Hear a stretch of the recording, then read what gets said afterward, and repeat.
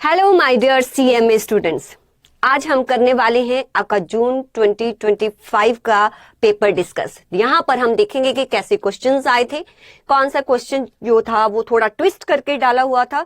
तो चलिए जल्दी से डिस्कस करते हैं इस कंप्लीट पेपर को, और कैसा क्वेश्चन आता है वो भी आपको पता चल जाएगा।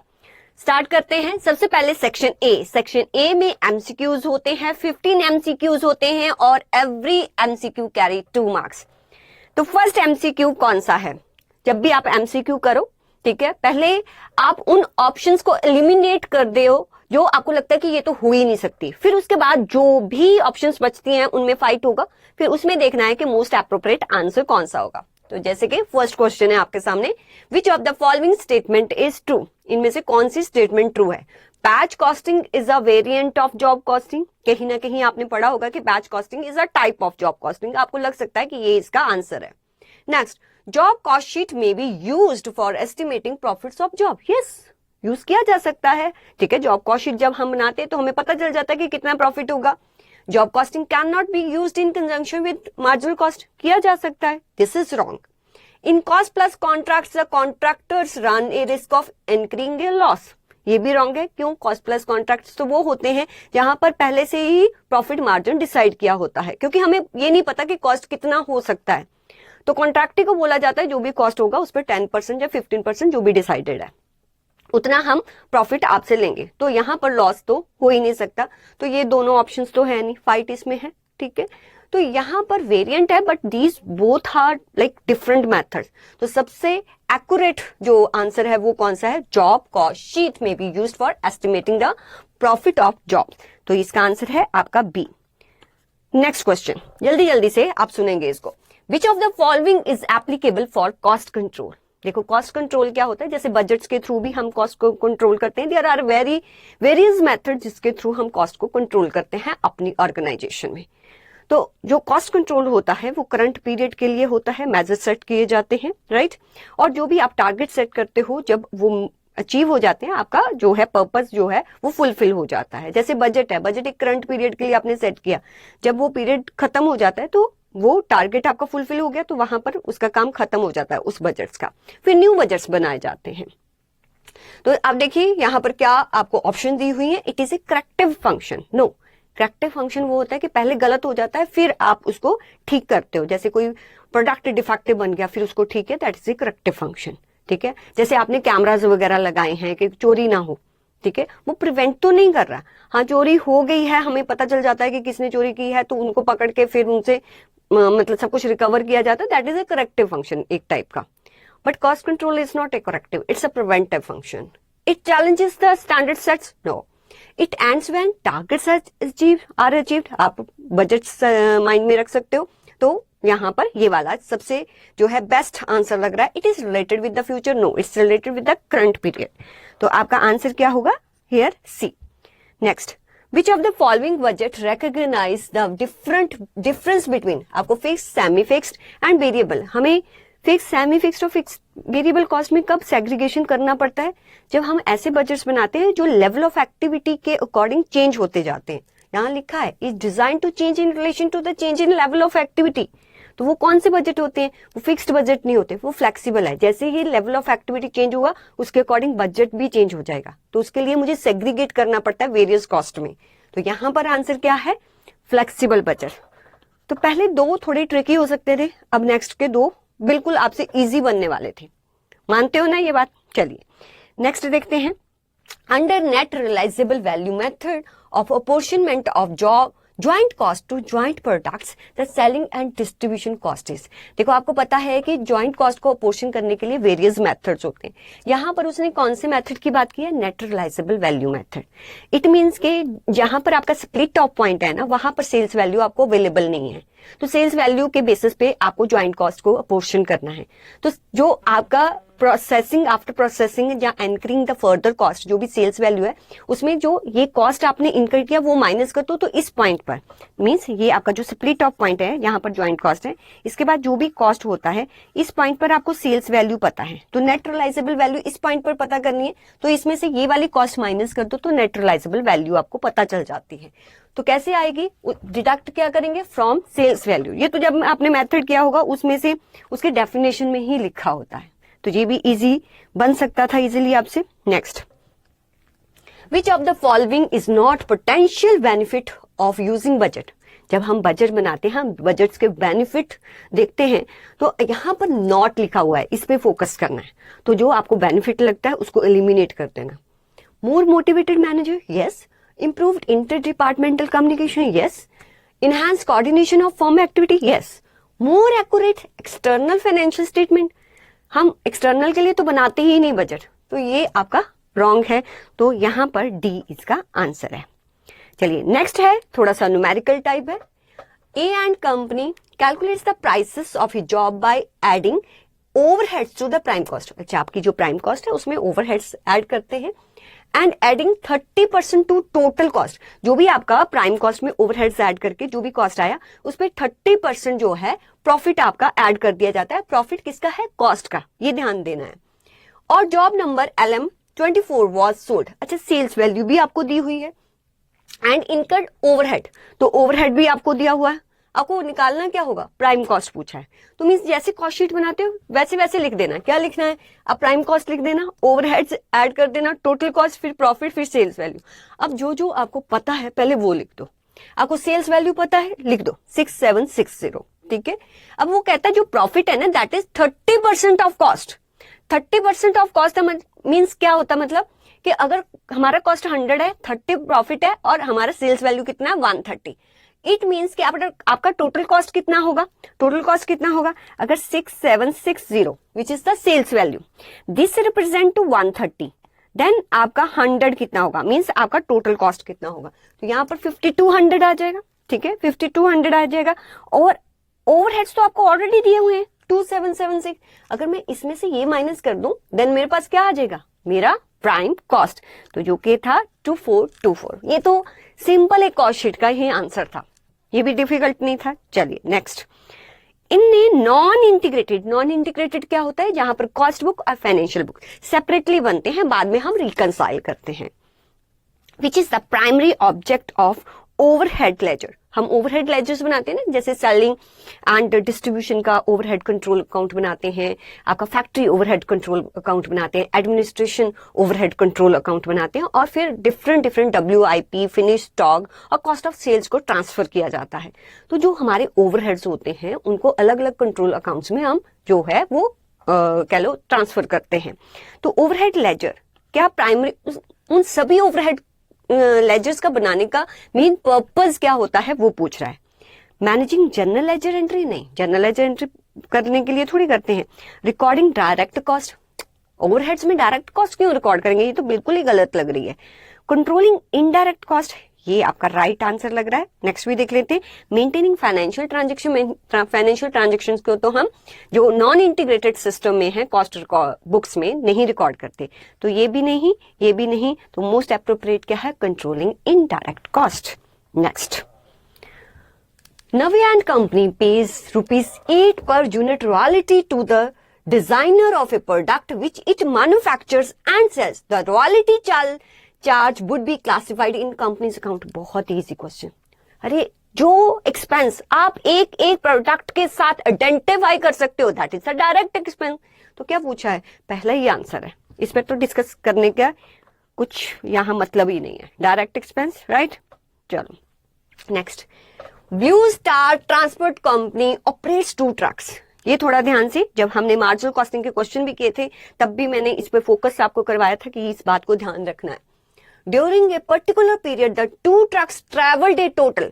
आप प्लीज जब भी आप MCQs को पढ़ो, आप उसकी आत्मा को भी पढ़ो। ये टोटल दिया है कि दोनों ट्रक 25,000 किलोमीटर चलते हैं। मुझे बताइए, अगर ये ऑपरेटिंग कॉस्टिंग का क्वेश्चन है तो वहां पर जहां तो हमें टोटल किलोमीटर चाहिए होते हैं या टोटल टन किलोमीटर चाहिए होते हैं, ठीक है। टोटल टन किलोमीटर कैसे निकलते हैं, टोटल किलोमीटर आपके पास है, उनको टन्स के साथ मल्टीप्लाई कर दो, दैट्स इट, यही निकलते हैं। यही समझ आया ना आपने।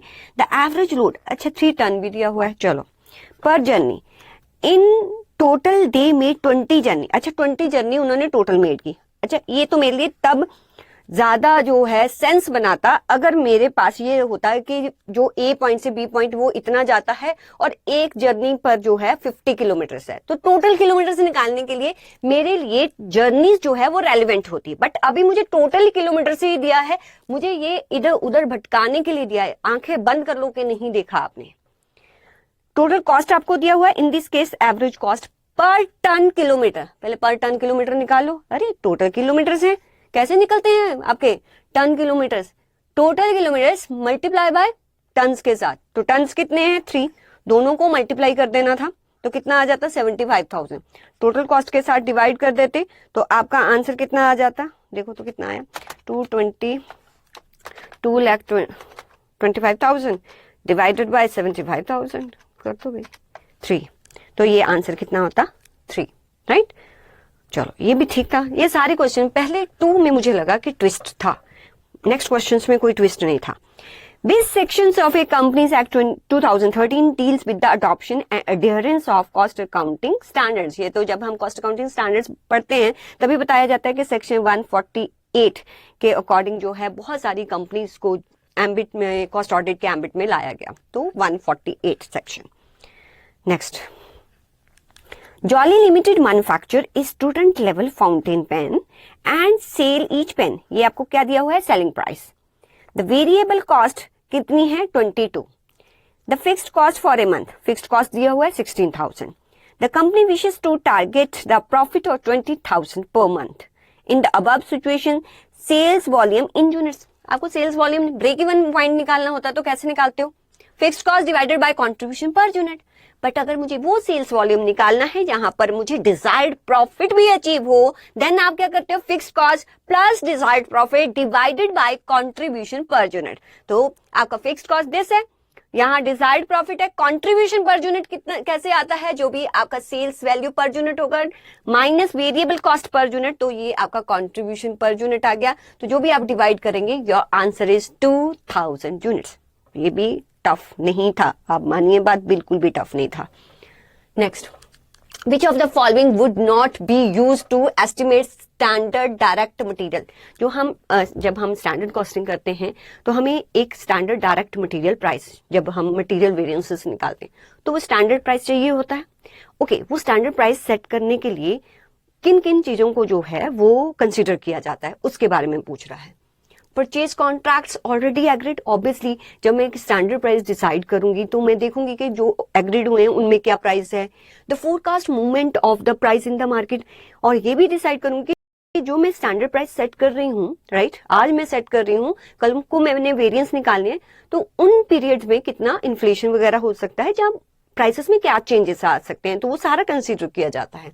Availability of bulk purchase discount, अगर कोई भी परचेज डिपार्टमेंट बल्क में परचेज करता है तो कितना डिस्काउंट मिल सकता है, उस पर क्या प्राइस होगा, वो भी डिसाइड करती हूँ। परफॉर्मेंस स्टैंडर्ड इन ऑपरेशन, काम करते वक्त ऑपरेशन उसका प्राइस से क्या लेना देना?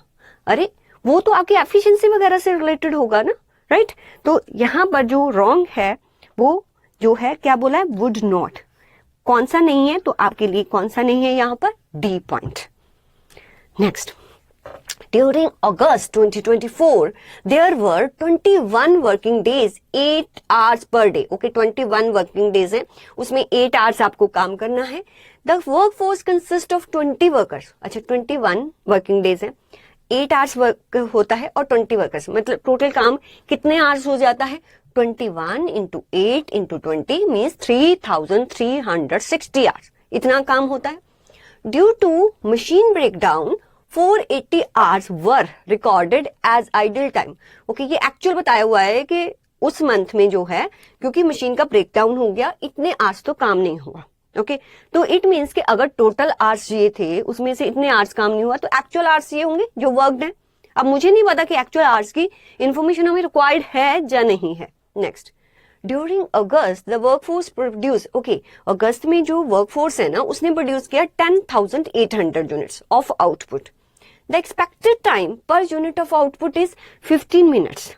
ओके, अगर हमें इतना ही प्रोड्यूस करना था, 10,800 यूनिट्स ही प्रोड्यूस करने थे, तो हमें कितने आवर्स लगने चाहिए थे?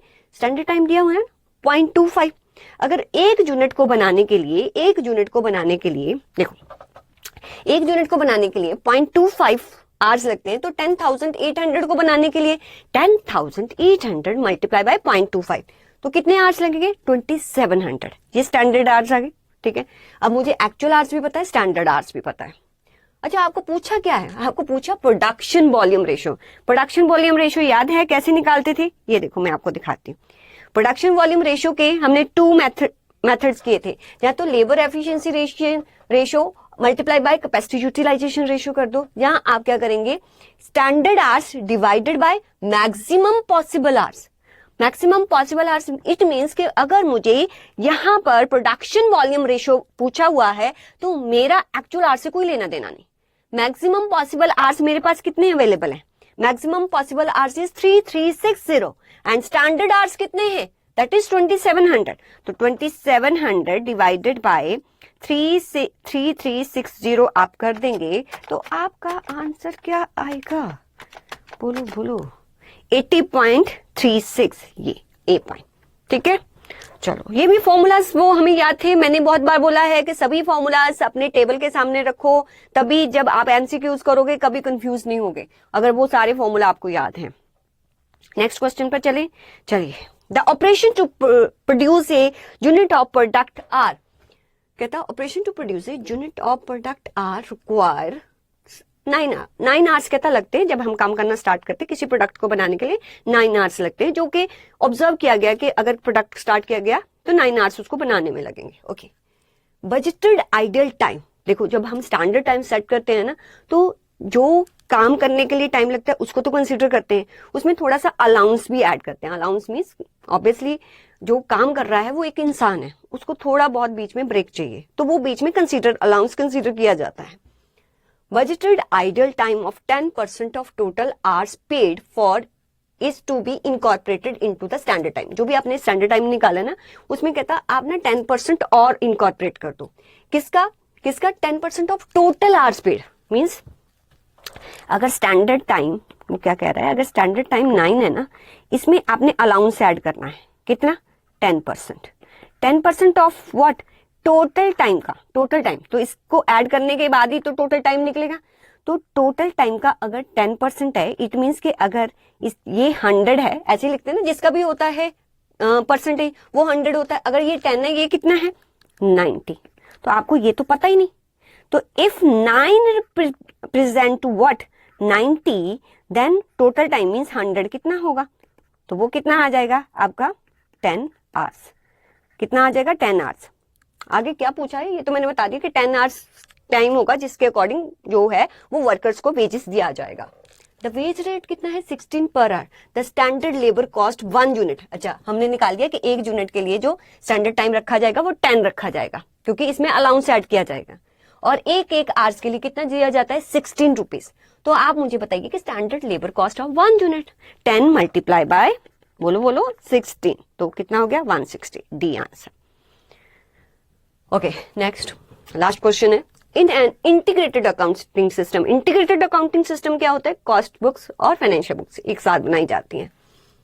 The accounting entry for indirect wages incurred would be, देखो जो डायरेक्ट वेजेस होती हैं वो तो डायरेक्टली हमारे WIP अकाउंट को ट्रांसफर हो जाती हैं, बट जो इनडायरेक्ट होती हैं उनको हम जो स्पेसिफिक ओवरहेड कंट्रोल अकाउंट होता है उसको ट्रांसफर करते हैं, फिर उसके जो है मेन अकाउंट को ट्रांसफर किया जाता है। याद है वो सारी एंट्री जो आपको लिखवाई हुई हैं? याद करके रखना, अगर वो याद है तो यहां पर कोई दिक्कत नहीं आने वाली आपको।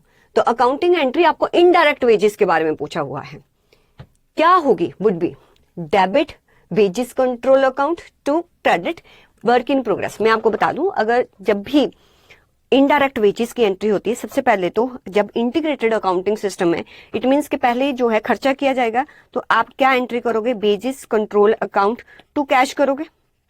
अच्छा, इसके बाद इसकी क्या होती है? Transfer entry. अब क्योंकि ये इनडायरेक्ट है, ये WIP अकाउंट को तो नहीं जाएगा, राइट? ये फिनिश स्टॉक को जाएगा, या कॉस्ट ऑफ सेल्स को जाएगा, तो किसी और को ट्रांसफर हो रहा होगा। तो यहां पर तो टू बीज क्रेडिट तो ये होगा, ठीक है। यहां पर किसी ओवरहेड कंट्रोल अकाउंट को ट्रांसफर किया जाएगा, हमें नहीं पता किसको किया जाएगा। अब देखते हैं, अगर इन दोनों में से कोई एंट्री मैच करती है तो वही हमारा आंसर होगा।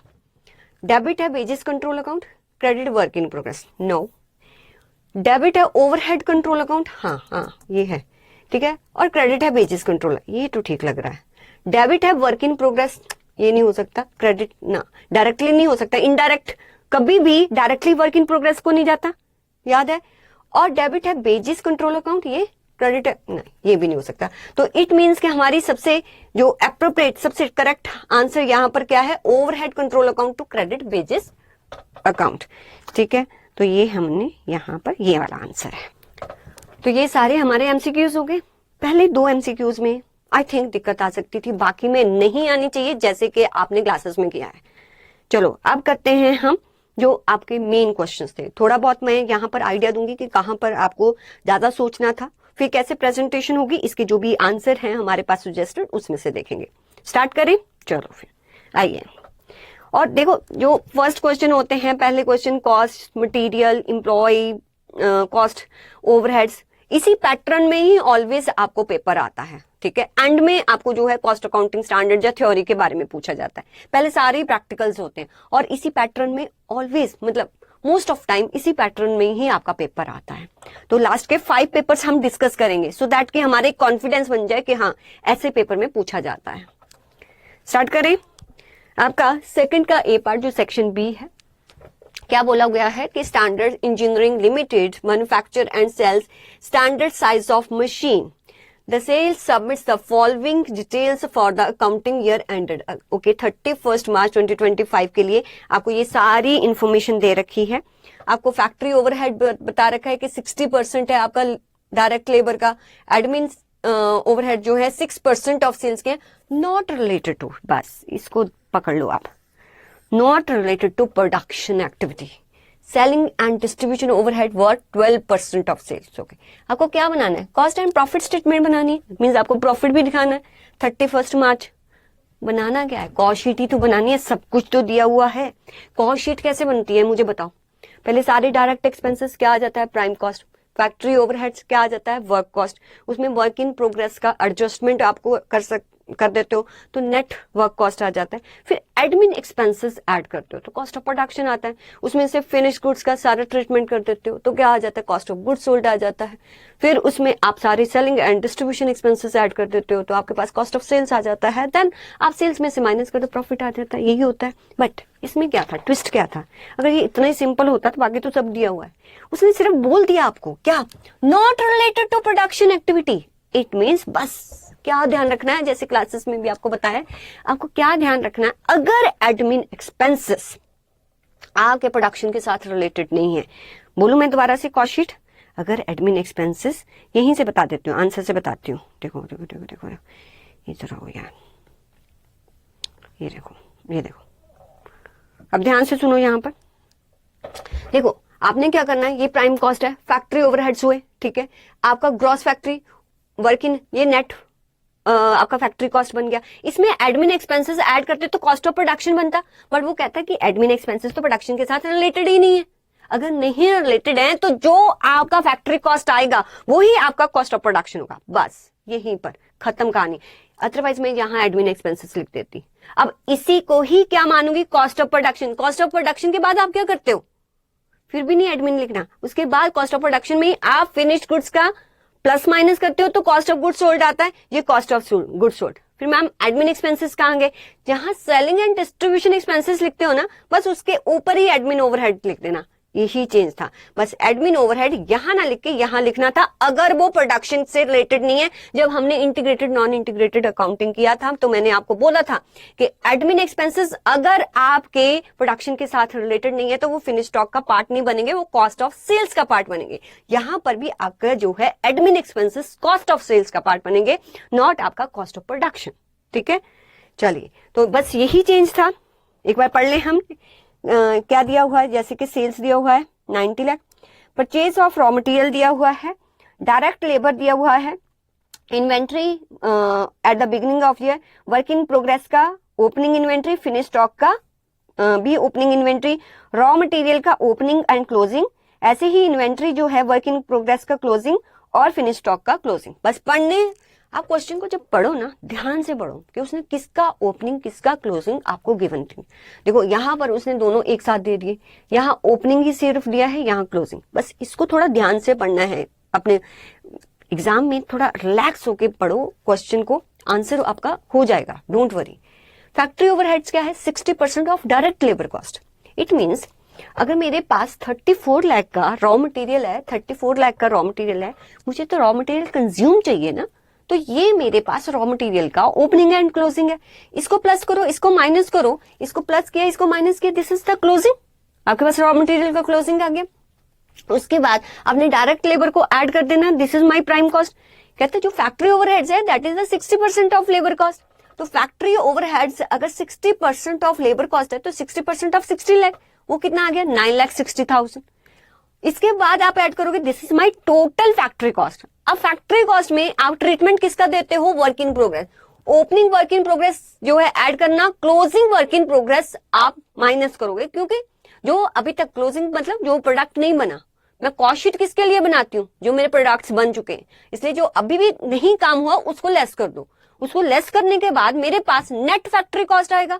उस नेट फैक्ट्री कॉस्ट में मैं एडमिन एक्सपेंसेस ऐड करती हूँ। बट उसने बोल दिया कि वो प्रोडक्शन के साथ रिलेटेड नहीं है, तो आपकी हिम्मत नहीं होनी चाहिए वहां प्रोडक्शन कॉस्ट और प्रोडक्शन को इसका पार्ट बनाने का। बिल्कुल नहीं बनाना, हाथ काम जाना चाहिए वहां पर आपका। तो फैक्ट्री कॉस्ट जो आई ना, उसी को नीचे कॉस्ट ऑफ प्रोडक्शन लिख देना। बस कॉस्ट ऑफ प्रोडक्शन में फिर हम फिनिश स्टॉक का ट्रीटमेंट करते हैं। ओपनिंग फिनिश स्टॉक जो है उसको ऐड कर दो, क्लोजिंग फिनिश जो गुड्स है उनको लेस कर दो, तो आपके पास आएगा कॉस्ट ऑफ गुड्स सोल्ड। तो आपके पास क्या आ जाएगा? Cost of goods sold. ये देखिए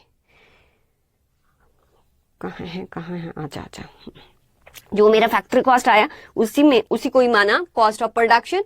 उसमें opening stock of finished goods और closing stock of finished goods का ट्रीटमेंट किया, तो this is my cost of goods sold. अब इसमें एडमिन एक्सपेंसेस ऐड करना था। एडमिन एक्सपेंसेस क्या है? 6% ऑफ सेल। सेल्स मेरी ऑलरेडी गिवन है 90 लाख, तो 90 लाख का 6% आप कर देते तो ये आता है। ऐसे ही उसने बोला कि selling and distribution expenses 12% of sales. 12% of sales मतलब 90 लाख का कर देते तो इतना आ जाता, this is my cost of sale. और सेल्स आपको गिवन था और प्रॉफिट निकल जाना था। अगर आपको सिर्फ ये पता होता कि एडमिन का क्या ट्रीटमेंट करना है तो ये कोई खास क्वेश्चन था नहीं। वही बाकी तो स्टॉक ही दिया हुआ है, कुछ आपको एक्स्ट्रा तो नहीं दिया हुआ था। ठीक है, सिर्फ एडमिन, उसको आपने सर्कल करना, एक बार सोचना है उसके बारे में। नेक्स्ट क्वेश्चन जल्दी। हमने 5-6 पेपर सॉल्व करने हैं, तो फटाफट से सारे पेपर्स हम देखते हैं। Babbu small industry employ 2 workman, Vikas and Shiv both works to produce the same product. Okay, दोनों विकास और शिव दोनों सेम प्रोडक्ट बनाते हैं। देख लीजिए किसका है? कॉस्ट ऑफ मटेरियल आपको पता करना है। Statement comparing the factory cost of product as made by the workman. अच्छा, कॉस्ट ऑफ मटेरियल और ये फैक्ट्री कॉस्ट है, तो यहाँ पर कुछ रोवन और हॉल्सी की बात हो रही है, तो एम्प्लॉय कॉस्ट से ये जो है क्वेश्चन लिया गया है। पहला question cost sheet as usual आता ही है, और दूसरा क्वेश्चन जो है एम्प्लॉय से। ठीक है, एम्प्लॉय कॉस्ट से या एम्प्लॉय का आएगा या मटेरियल का आएगा, होता ऐसा ही है। Both works to produce the same product, दोनों सेम प्रोडक्ट बनाते हैं with the help of same raw material and also with the same normal wage rate. Study mat में भी सेम क्वेश्चन है आपका ऐसा। Vikas is paid bonus according to the Rowan system while Shiv is paid bonus according the Halsey system. अच्छा, Rowan system होता है, हॉल्सी system होता है, दोनों में बोनस देने का जो फॉर्मूला अलग है। हॉल्सी कहता है कि 50% of what is your time saved, जो पूरा आपका बनता है उसको आप कर लो और मल्टीप्लाई बाय जो भी BHR रेट है। बट जो रोवन है वो कहता है कि जितना भी आपका टाइम सेव्ड है, राइट, और जितना आपका टाइम अलाउड था आपको, ठीक है, जो भी आपका बेस रेट बन गया उस रेशो में आप क्या निकालोगे, उसकी रेशो निकालोगे। मैं लिख दूं पहले हॉल्सी का क्या था ना, फॉर्मूला याद है आपको कि मैं लिख ही देती हूँ। हॉल्सी क्या कहता है? 50% ऑफ टाइम सेव्ड इनटू जो भी आपका रेट है उससे कर देना, ये आपका बोनस बन जाएगा। ये हॉल्सी कहता है। रोवन क्या कहता है? कहते जो भी आपका टाइम सेव था, जो भी आपका टाइम टेकन था इनटू जो भी आपका टाइम अलाउड था, जो टाइम टेकन इनटू आर। इसको दो तरह से लिख सकते हैं इसको कि टाइम टेकन और टाइम अलाउड। ठीक है, इस रेशो को जो भी आपने टाइम सेव किया है उसके साथ कर लो। ठीक है, ये तो फॉर्मूला आपको याद होगा, आपने लिखे भी हुए हैं। तो इसके अकॉर्डिंग जो है हमारा बोनस निकलेगा, जो वो बोल रहा है। The time allowed to make the product, 50 hours allowed थे, ठीक है, टाइम अलाउड उसने दे दिया कि टाइम इतना अलाउड था, 50 आवर्स था, 50 आवर्स था, 50 आवर्स था। देन वो बोल रहा है विकास ने जो है 30 आवर्स लिए। ओके, अगर मैं विकास की बात करूं तो 50, अगर उसने 30 लिए तो उसने टाइम कितना सेव किया, 20 आवर्स। ओके, फिर वो क्या बोल रहा है कि शिव ने 40 आवर्स लिए, तो इसने 40 आवर्स लिए, तो शिव की बात करूं तो शिव ने सेव किए हैं 10 आवर्स। शिव ने कितने सेव किए हैं, 10 hours. The factory overhead rate is 10 पर मैन आर एक्चुअली वर्क। अच्छा, एक्चुअली जितना काम किया, जैसे इसने 30 आवर्स काम किया तो 30 इंटू 10, तो विकास का 300 फैक्ट्री ओवरहेड कॉस्ट होगा।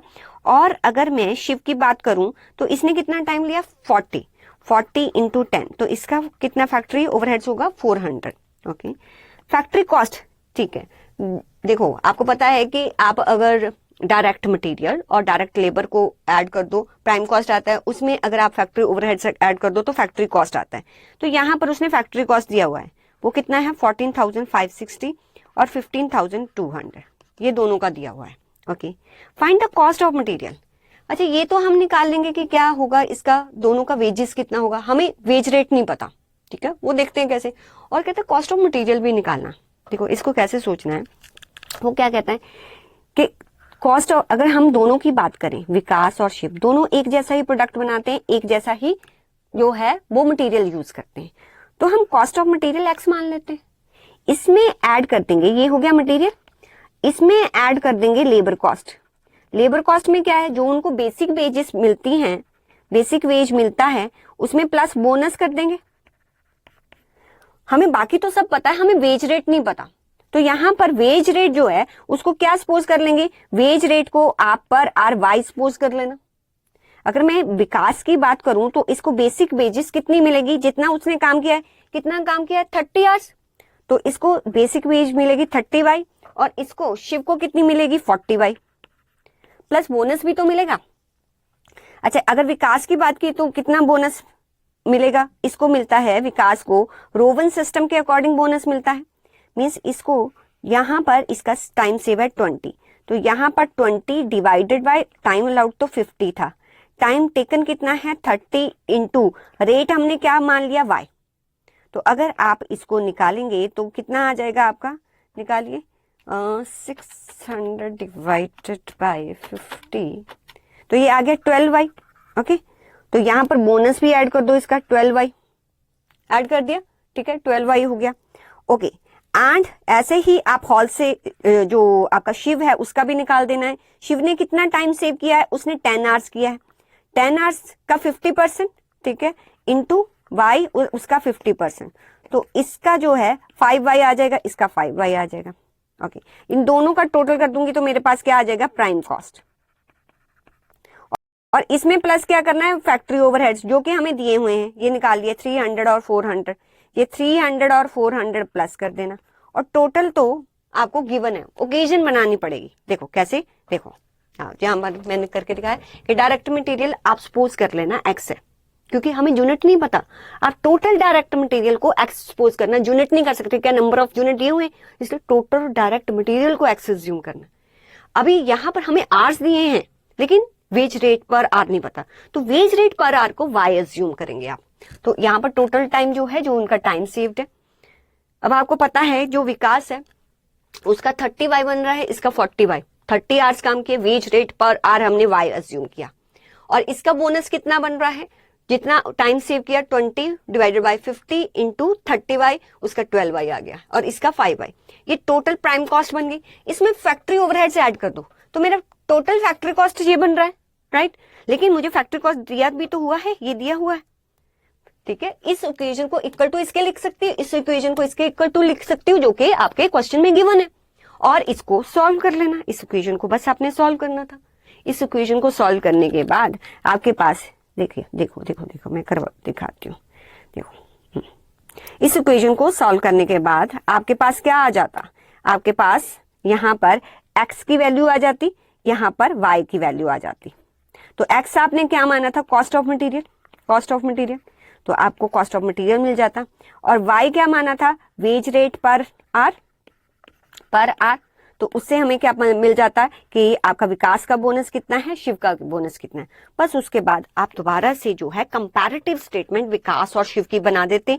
मटेरियल कॉस्ट आपको पता चल गई थी और वेजेस जो भी वेज पर आर है उसके अकॉर्डिंग निकाल देते। आपको फैक्ट्री ओवरहेड्स ऑलरेडी गिवन है, this is your total factory cost. This आपको सिर्फ क्या मानना था, यहां पर इंपॉर्टेंट क्या था कि हमें मटेरियल कॉस्ट नहीं गिवन थी, हमें वेज रेट पर आर गिवन नहीं था। तो ये भी क्वेश्चन जो है मैनेजेबल था क्योंकि अपने स्टडी मैट में ऐसा क्वेश्चन किया हुआ था। नेक्स्ट आइए, नेक्स्ट क्वेश्चन, ये तो आपको देख के पता चल जाता होगा कि प्राइमरी डिस्ट्रीब्यूशन और सेकेंडरी डिस्ट्रीब्यूशन है, ठीक है। अगर मैं बताऊं ना, बहुत ही इजी दिया था क्योंकि सेकेंडरी डिस्ट्रीब्यूशन में आपको पता हमने बहुत सारे मेथड्स किए थे, ठीक है, एक रेसिप्रोकल मेथड किया था। तो ये तो बहुत ही डायरेक्ट दिया हुआ था कि कैसे आपने अपने सर्विस डिपार्टमेंट का जो कॉस्ट है वो प्रोडक्शन डिपार्टमेंट को अपोर्शनड करना है। तो आप एक बार रीड कर लेते हैं। From the following details are taken from the books of ABC Limited for the month of October 2024. Production department का जो इनडायरेक्ट मटेरियल है XYZ, 3 डिपार्टमेंट्स हैं, service department, maintenance and stores. Indirect wages जो है production department की दी हुई है, ये सबकी दी हुई है, और सर्विस डिपार्टमेंट की। तो ये तो सारे ओवरहेड्स हम रिकॉर्ड कर सकते हैं जैसे दिए हुए, राइट। और यहाँ पर पावर एंड लाइट, देखो पावर एंड लाइट जो है वो आपको कॉमन एक्सपेंस दिया है। अब कॉमन एक्सपेंसेस जब दिए होते हैं तो डिफरेंट डिफरेंट डिपार्टमेंट्स में डिवाइड करने के लिए हमें कोई बेसिस की रिक्वायरमेंट होती है, तो वो बेसिस आपको क्वेश्चन में बताएगा, आपको सिर्फ सिलेक्ट करना होता है। यहाँ पर रेंट एंड रेट्स दिए हुए हैं, इंश्योरेंस, ये कलेक्टिव आपके कुछ एक्सपेंसेस हैं जिनको हम इन सभी डिपार्टमेंट में किसी बेसिस पर एलोकेट करेंगे। फिर मील चार्जेस दिए हुए हैं, फिर डेप्रिसिएशन तो 6% per annum on capital value of asset. अच्छा थोड़ा सा ध्यान देना, this is the per annum, right. लेकिन जब आपने ये देखा होगा ना कि ABC limited for the month of October, सिर्फ 1 मंथ का आप निकाल रहे हो, गलती कहां होने के चांसेस थे कि आप 6% per annum depreciation capital asset का कैलकुलेट करके उसको डायरेक्टली जो है आप हर डिपार्टमेंट को दे देते, लेकिन आपको पूछा क्या है, सिर्फ 1 मंथ का। तो इट मींस जो भी आपका कैपिटल एसेट होगा उसका 6% निकालने के बाद उसका 1 मंथ का डेप्रिसिएशन ही रिकॉर्ड करना है। ये थोड़ा सा यहाँ पर इन बातों का आप ध्यान देंगे, बाकी इस क्वेश्चन में कुछ भी नहीं है, ठीक है। अब आपको कैसे रिकॉर्ड करना है, आपको कितने डिपार्टमेंट बनाने, XYZ और सर्विस डिपार्टमेंट में मेंटेनेंस एंड स्टोर, ये वाले सारे एक्सपेंसेस तो डायरेक्टली लिख देते। देखिए देखो, जैसे इनडायरेक्ट मटेरियल ये तो एलोकेट होगा क्योंकि आपको पता ही है ये इस डिपार्टमेंट का, इस डिपार्टमेंट का, इसका, ठीक है। ऐसे ही प्रोडक्शन और ये भी दिया हुआ है। सिर्फ आपको किसको एलोकेट करना था, power and light. Power and light जो आपको दिया हुआ है उसके लिए बेस्ट बेसिस क्या हो सकता था, area no, capital value no, kilowatt hours. तो आपको किलोवाट आवर्स कितने दिए, 2022,875, ठीक है। यहाँ पर ये कट कर लेते, इसका एक रेशो बना लेते, ठीक है। और भी अगर फर्दर भी कट होता है, जैसे फॉर एग्जांपल ये 5 पर कट होता है तो ये 5 आ गया, 75 डिवाइडेड बाय 5 ये आपका 15 आ गया, राइट। 80 डिवाइडेड बाय 5, तो इसको जितना स्मॉल कर सकते हो ना तो स्मॉल कर लो। फिर 220 डिवाइडेड बाय 5 44 आ गया, और 200 डिवाइडेड बाय 5 ये तो डायरेक्टली 40। तो ये एक रेशो बन जाती है आपकी 40, 44, 16, 50 और 5। इस रेशो में आपने डिवाइड करना था किसको, आपके जो भी पावर एंड लाइट है।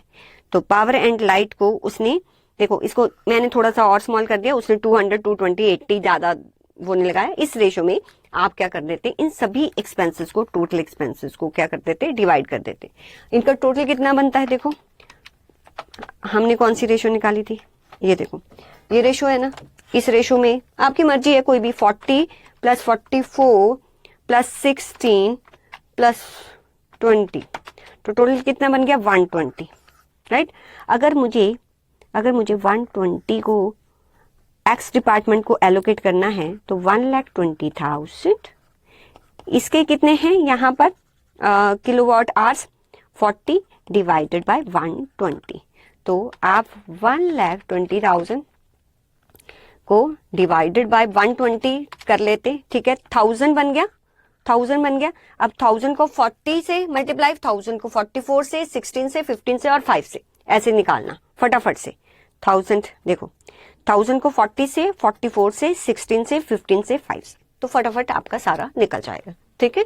ऐसे आप पहले टोटल को, जो भी टोटल बनना ना, उससे डिवाइड कर देना, जो वैल्यू आई वो जो भी रेशो होगी उससे सभी से मल्टीप्लाई करके फटाफट से आप सारे के सारे एलोकेशन कर दोगे। देन ये हो गया आपका प्राइमरी। सबसे पहले प्राइमरी एलोकेशन करते हैं, मीन सारे डिपार्टमेंट्स को आप जो है जितने भी उनके एक्सपेंडिचर है एलोकेट कर देते हो या अपोर्शन कर देते हो। फिर उसके बाद आप डेप्रिसिएशन, उसके बाद क्या आया, चलो रेंट एंड टैक्स रेट्स 56,000 है, 56,000 है। रेंट और रेट्स को आप किस रेशो में करोगे, एरिया में, ठीक है, number of employ, kilowatt, capital. ये क्या आ गया आपका 4, 4, 3, 2, 1, ठीक है, ये रेशो बन गया। क्या बना 4, 4, 3, 2, 1। तो 4, 8, 10, 14, 14 की रेशो में कितना है रेंट और रेट्स 56,000। 56,000 को आपने 14 से डिवाइड कर देना था, डिवाइडेड बाय 14। ये 4,000 को 4 से मल्टीप्लाई कर देना था, तो 16,000 दोनों का 16, 16 आएगा। रेंट एंड रेट्स कहाँ है, ये देखो, रेंट और 16, 16, 4,000 को सभी रेशो से मल्टीप्लाई कर देते तो एलोकेशन हो जाना था। नेक्स्ट क्या था आपका इंश्योरेंस। इंश्योरेंस किसके बिहाफ पर एलोकेट होता, ऑब्वियसली एसेट्स का ही किया जाता। आप इसका रेशो निकाल लेते, इसका रेशो तो देखो 20, 24, 16, 12 और 8, या इसको और भी रिड्यूस कर देते, उसके अकॉर्डिंग आपने डिवाइड कर देना था। मील चार्जेस को डिवाइड करना था। मील चार्जेस कितने हैं 60,000, मैं थोड़ा सा क्लियर कर दूं। मील चार्जेस कितने हैं हमारे 60,000।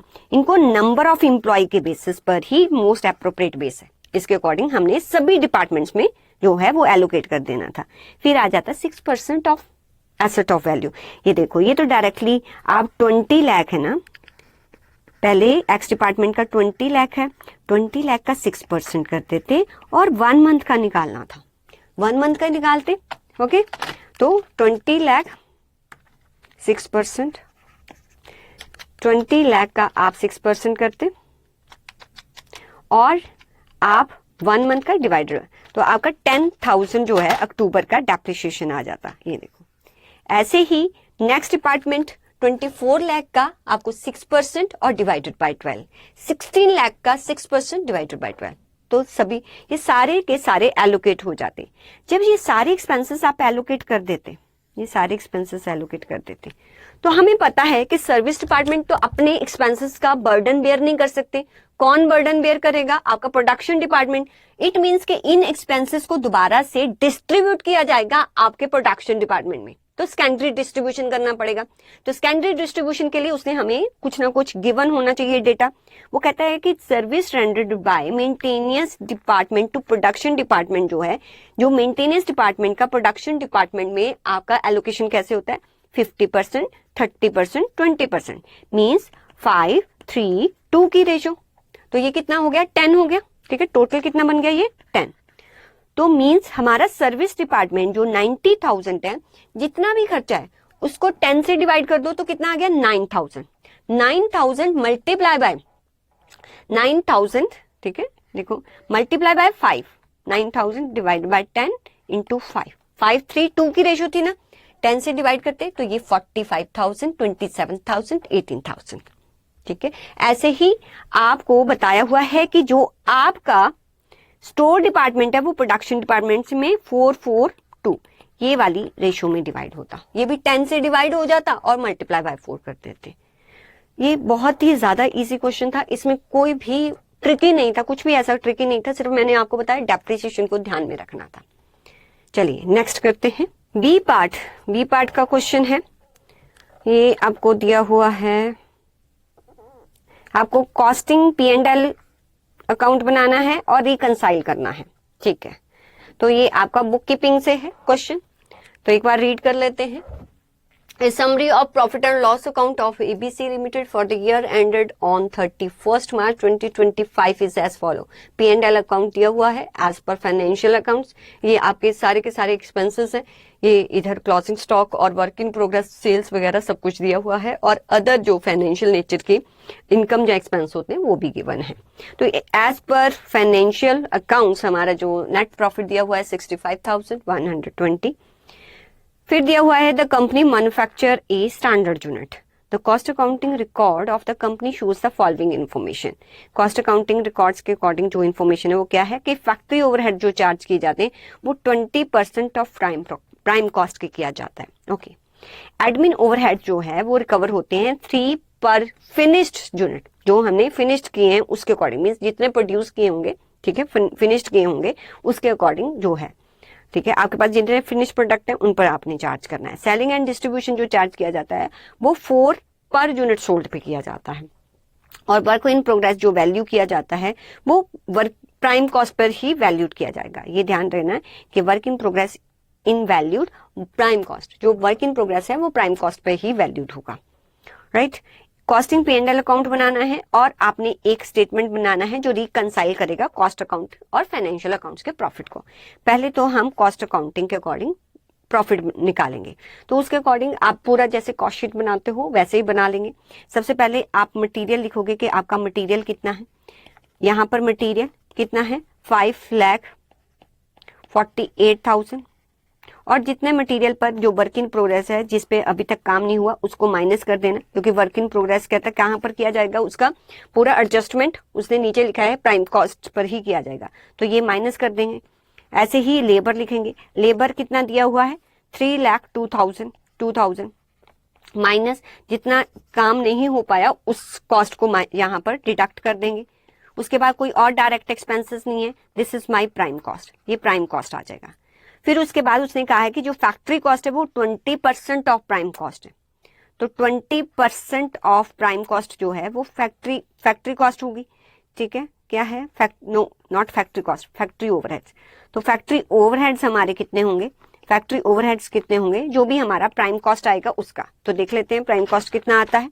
5,48,000 माइनस 12,800, तो ये आ गया मेरा 5,35,200, और 3,02,000 माइनस 7,200, तो ये आ जाएगा आपका 2,94,800. दोनों को प्लस करने के बाद 5,35,200, तो ये आपका प्राइम कॉस्ट कितना आ गया 8,30,000. ठीक है, मल्टीप्लाई बाय 20% कर दूंगी तो ये 166,000 मेरा क्या आ जाएगा फैक्ट्री ओवरहेड. इसमें हम 8,30,000 ऐड कर देंगे तो ये 9,96,000 मेरा क्या आ जाएगा. This is my work factory cost, ये मेरा फैक्ट्री कॉस्ट आ जाएगा. ठीक है, इसमें वर्क इन प्रोग्रेस का एडजस्टमेंट नहीं करना क्योंकि उसने बोला है कि वर्क इन प्रोग्रेस सिर्फ प्राइम कॉस्ट पर ही वैल्यूड किया जाएगा, तो आपने यहाँ पर एडजस्टमेंट नहीं करना. वैसे भी ये ना भी दिया होता तो आप थोड़ा सा ध्यान से सुनो. अगर हमने यहाँ से ये लेस कर दिया तो इट मीन्स कि this is the prime cost, जो हमारे गुड्स जो हैं वो कंप्लीट हो चुके हैं. ठीक है, और यहाँ पर अगर हम कंप्लीटेड यूनिट का ही फैक्ट्री ओवरहेड्स ले रहे हैं, क्योंकि 20% अगर कंप्लीटेड यूनिट्स का ही ले रहे हैं तो यहाँ पर एडजस्टमेंट नहीं करेंगे. और इवन उसने पर्टिकुलरली आपको बोला भी है, तो यहाँ वर्क इन प्रोग्रेस का आपको एडजस्टमेंट नहीं करना है. उसके बाद आपको क्या बोला गया है, उसके बाद हाँ एडमिन ओवरहेड. अब आप एडमिन ओवरहेड इसमें ऐड कर देंगे. एडमिन ओवरहेड मैम ये प्रोडक्शन के साथ रिलेटेड है कि नहीं, देखो कुछ नहीं लिखा तो प्रोडक्शन के साथ रिलेटेड मानोगे. तो वो कितने हैं 3 फिनिश्ड गुड यूनिट्स. देखो सेल्स किए 24,000, फिनिश स्टॉक में कितना है 800. इट मीन्स मेरे फिनिश्ड यूनिट्स कितने हैं 24,800. तो यहाँ पर 24,800 मल्टीप्लाई बाय 3 एडमिन ओवरहेड्स आप यहाँ पर ऐड कर देंगे तो हमारे पास कॉस्ट ऑफ प्रोडक्शन आ जाएगा. कॉस्ट ऑफ प्रोडक्शन आ जाएगा तो आपका 24,800 मल्टीप्लाई बाय 3 किया आपने तो ये आ गया 7,44,00. अच्छा प्लस किया हमने 9,96,000 तो ये आपका आ गया 10,70,400. इसमें आप ऐड करते हो ओपनिंग स्टॉक और लेस करते हो क्लोजिंग स्टॉक. अब मेरे पास सिर्फ क्लोजिंग स्टॉक है, ओपनिंग तो है नहीं, जैसे कि आपको क्वेश्चन में गिवन ही नहीं है. ठीक है। आपका क्लोजिंग कितना 800। अब यहाँ पर हमें पता है कि कॉस्ट शीट में हम क्लोजिंग स्टॉक, इधर सेपरेटली कर दूं, क्लोजिंग स्टॉक को कैसे वैल्यूड करते हैं। देखो, this is the cost of production of 24,800 units, ठीक है। और हमारा क्लोजिंग स्टॉक कितना 800। अगर ये 10,70,400 कॉस्ट है मेरा 24,800 यूनिट्स का, तो 800 यूनिट्स का मेरा कितना होगा, वो मेरा क्लोजिंग स्टॉक बन जाएगा। वो आप यहां से लेस कर दोगे तो हमारे पास जो भी आएगा that is the cost of goods sold, और उसमें हम ऐड क्या करेंगे, हमारे सेलिंग एंड डिस्ट्रीब्यूशन एक्सपेंसेस, जो कि हैं आपके क्या, जो है 4 यूनिट सोल्ड। तो 24,000 का आप 4 से मल्टीप्लाई कर दो, वो आपके पास क्या आ जाएगा, सेलिंग एंड ओवरहेड्स, तो आपके पास कॉस्ट ऑफ सेल्स आ जाएगा। तो चलिए देखते हैं एक बार, इसको थोड़ा सा क्लियर कर दो, 2 मिनट। ये देखिए आपका मटेरियल आ गया पहले, फिर direct wages, this is my prime cost, और यहां पर हमारा वर्क कॉस्ट आ गया, ये हमारा 10,70,400 हमारा कॉस्ट ऑफ प्रोडक्शन। ये हमारा आ गया क्लोजिंग स्टॉक, इसको लेस करने पर कॉस्ट ऑफ गुड्स सोल्ड है। इसमें आप selling and distribution expenses, cost of sales आ गया, फिर यहां पर नीचे सेल्स लिख के वो हमारा प्रॉफिट आ गया। ऐसे स्टेटमेंट बना दो, जैसे कॉस्ट स्टेटमेंट बनाते हैं वैसे बना दो, दोनों ही आपका ठीक है। तो आपका कॉस्ट शीट बन गया। अब आपको क्या पूछा हुआ है, सबसे पहले तो उसने costing P&L indicating net profit पूछा था कि कॉस्टिंग P&L। अच्छा, अगर कॉस्टिंग P&L पूछा गया है, कॉस्ट स्टेटमेंट नहीं पूछा, फिर आप ऐसे ही प्रेजेंट करोगे। अगर वहां cost statement to calculate the profit as per cost book, फिर आप कॉस्ट स्टेटमेंट बना सकते थे। अगर कॉस्टिंग P&L तो आपको ये ऐसा ही बनाना पड़ेगा, सेल्स इधर लिखना पड़ेगा, ये हमारा प्रॉफिट आ जाएगा। तो this is profit as per the cost books. कितना प्रॉफिट है, 68,129। अब थोड़ा ध्यान दो, और यहां पर देखो 68,129 एज पर कॉस्ट बुक है, एज पर फाइनेंशियल बुक्स कितना है 65,120। अब इन दोनों में जो डिफरेंस है वो क्यों है, पहली बात मटेरियल की वजह से तो नहीं हो सकता, वो तो जितना यहाँ है ये माइनस करके ही हमने लिखा है। डायरेक्ट लेबर की वजह से नहीं हो सकता, वो भी यहाँ माइनस करके उतना ही हमने लिखा है। जो डिफरेंसेस आ रहे हैं वो क्यों आ रहे हैं, हमारा फैक्ट्री ओवरहेड्स डिफरेंट होगा, हमारा एडमिन ओवरहेड डिफरेंट होगा, हमारा selling and distribution overhead different होगा। प्रिलिमिनरी एक्सपेंसेस का तो हमने ट्रीटमेंट किया ही नहीं, ना हमने डिविडेंड का कोई ट्रीटमेंट किया, इवन जो हमारा क्लोजिंग स्टॉक था उसका वैल्यू हमने अलग ढंग से किया। तो these are the reason of the difference between these two profits. उन रीजंस को जो है वहां पर कुछ ऐड करेंगे, कुछ लेस करेंगे, तो आप जो प्रॉफिट है एज पर कॉस्ट बुक्स ले लेंगे, कितना 68,129। अब अगर मैं बात करूं कैसे सोचना है, ध्यान से सुनो। अगर मेरा फैक्ट्री ओवरहेड्स यहां पर है 1,66,000, बट यहां पर आप देखो ये भी है ना, ये माइनस किया होगा, ठीक है, ये माइनस किया होगा, ठीक है। अल्टीमेटली मैंने अपनी फाइनेंशियल बुक्स में फैक्ट्री ओवरहेड्स को कितना रिकॉर्ड किया, मैंने अपनी फाइनेंशियल बुक्स में, अगर मैं फैक्ट्री ओवरहेड्स की बात करूं तो मैंने कितना रिकॉर्ड किया, वो मैंने रिकॉर्ड किया 1,66,000 माइनस 4,000। तो अपनी फाइनेंशियल बुक्स में मैंने रिकॉर्ड किया है 1,62,000, मानते हो। बट आपने अपनी कॉस्ट बुक्स में कितना रिकॉर्ड किया, देखो हमने 20% प्राइम कॉस्ट लिया, हमने अपनी कॉस्ट बुक्स में कितना रिकॉर्ड किया 1,66,000। अब ध्यान से सुनो, आपने लिया है यहां पर देखो, आपने लिया है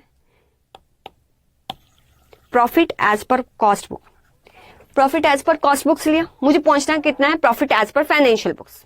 ओके, मेरी कॉस्ट बुक्स ने जो फैक्ट्री ओवरहेड्स है वो रिकॉर्ड किया 1,66,000, बट मेरी फाइनेंशियल बुक्स ने उसको 1,62,000 किया।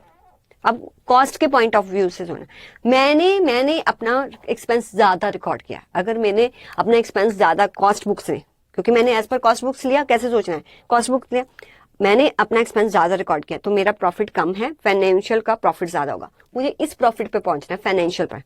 मैंने यहाँ पर किसका द्वारा, इधर देखो मैंने किसका प्रॉफिट लिखा है, कॉस्ट बुक्स का प्रॉफिट लिखा है, ठीक है।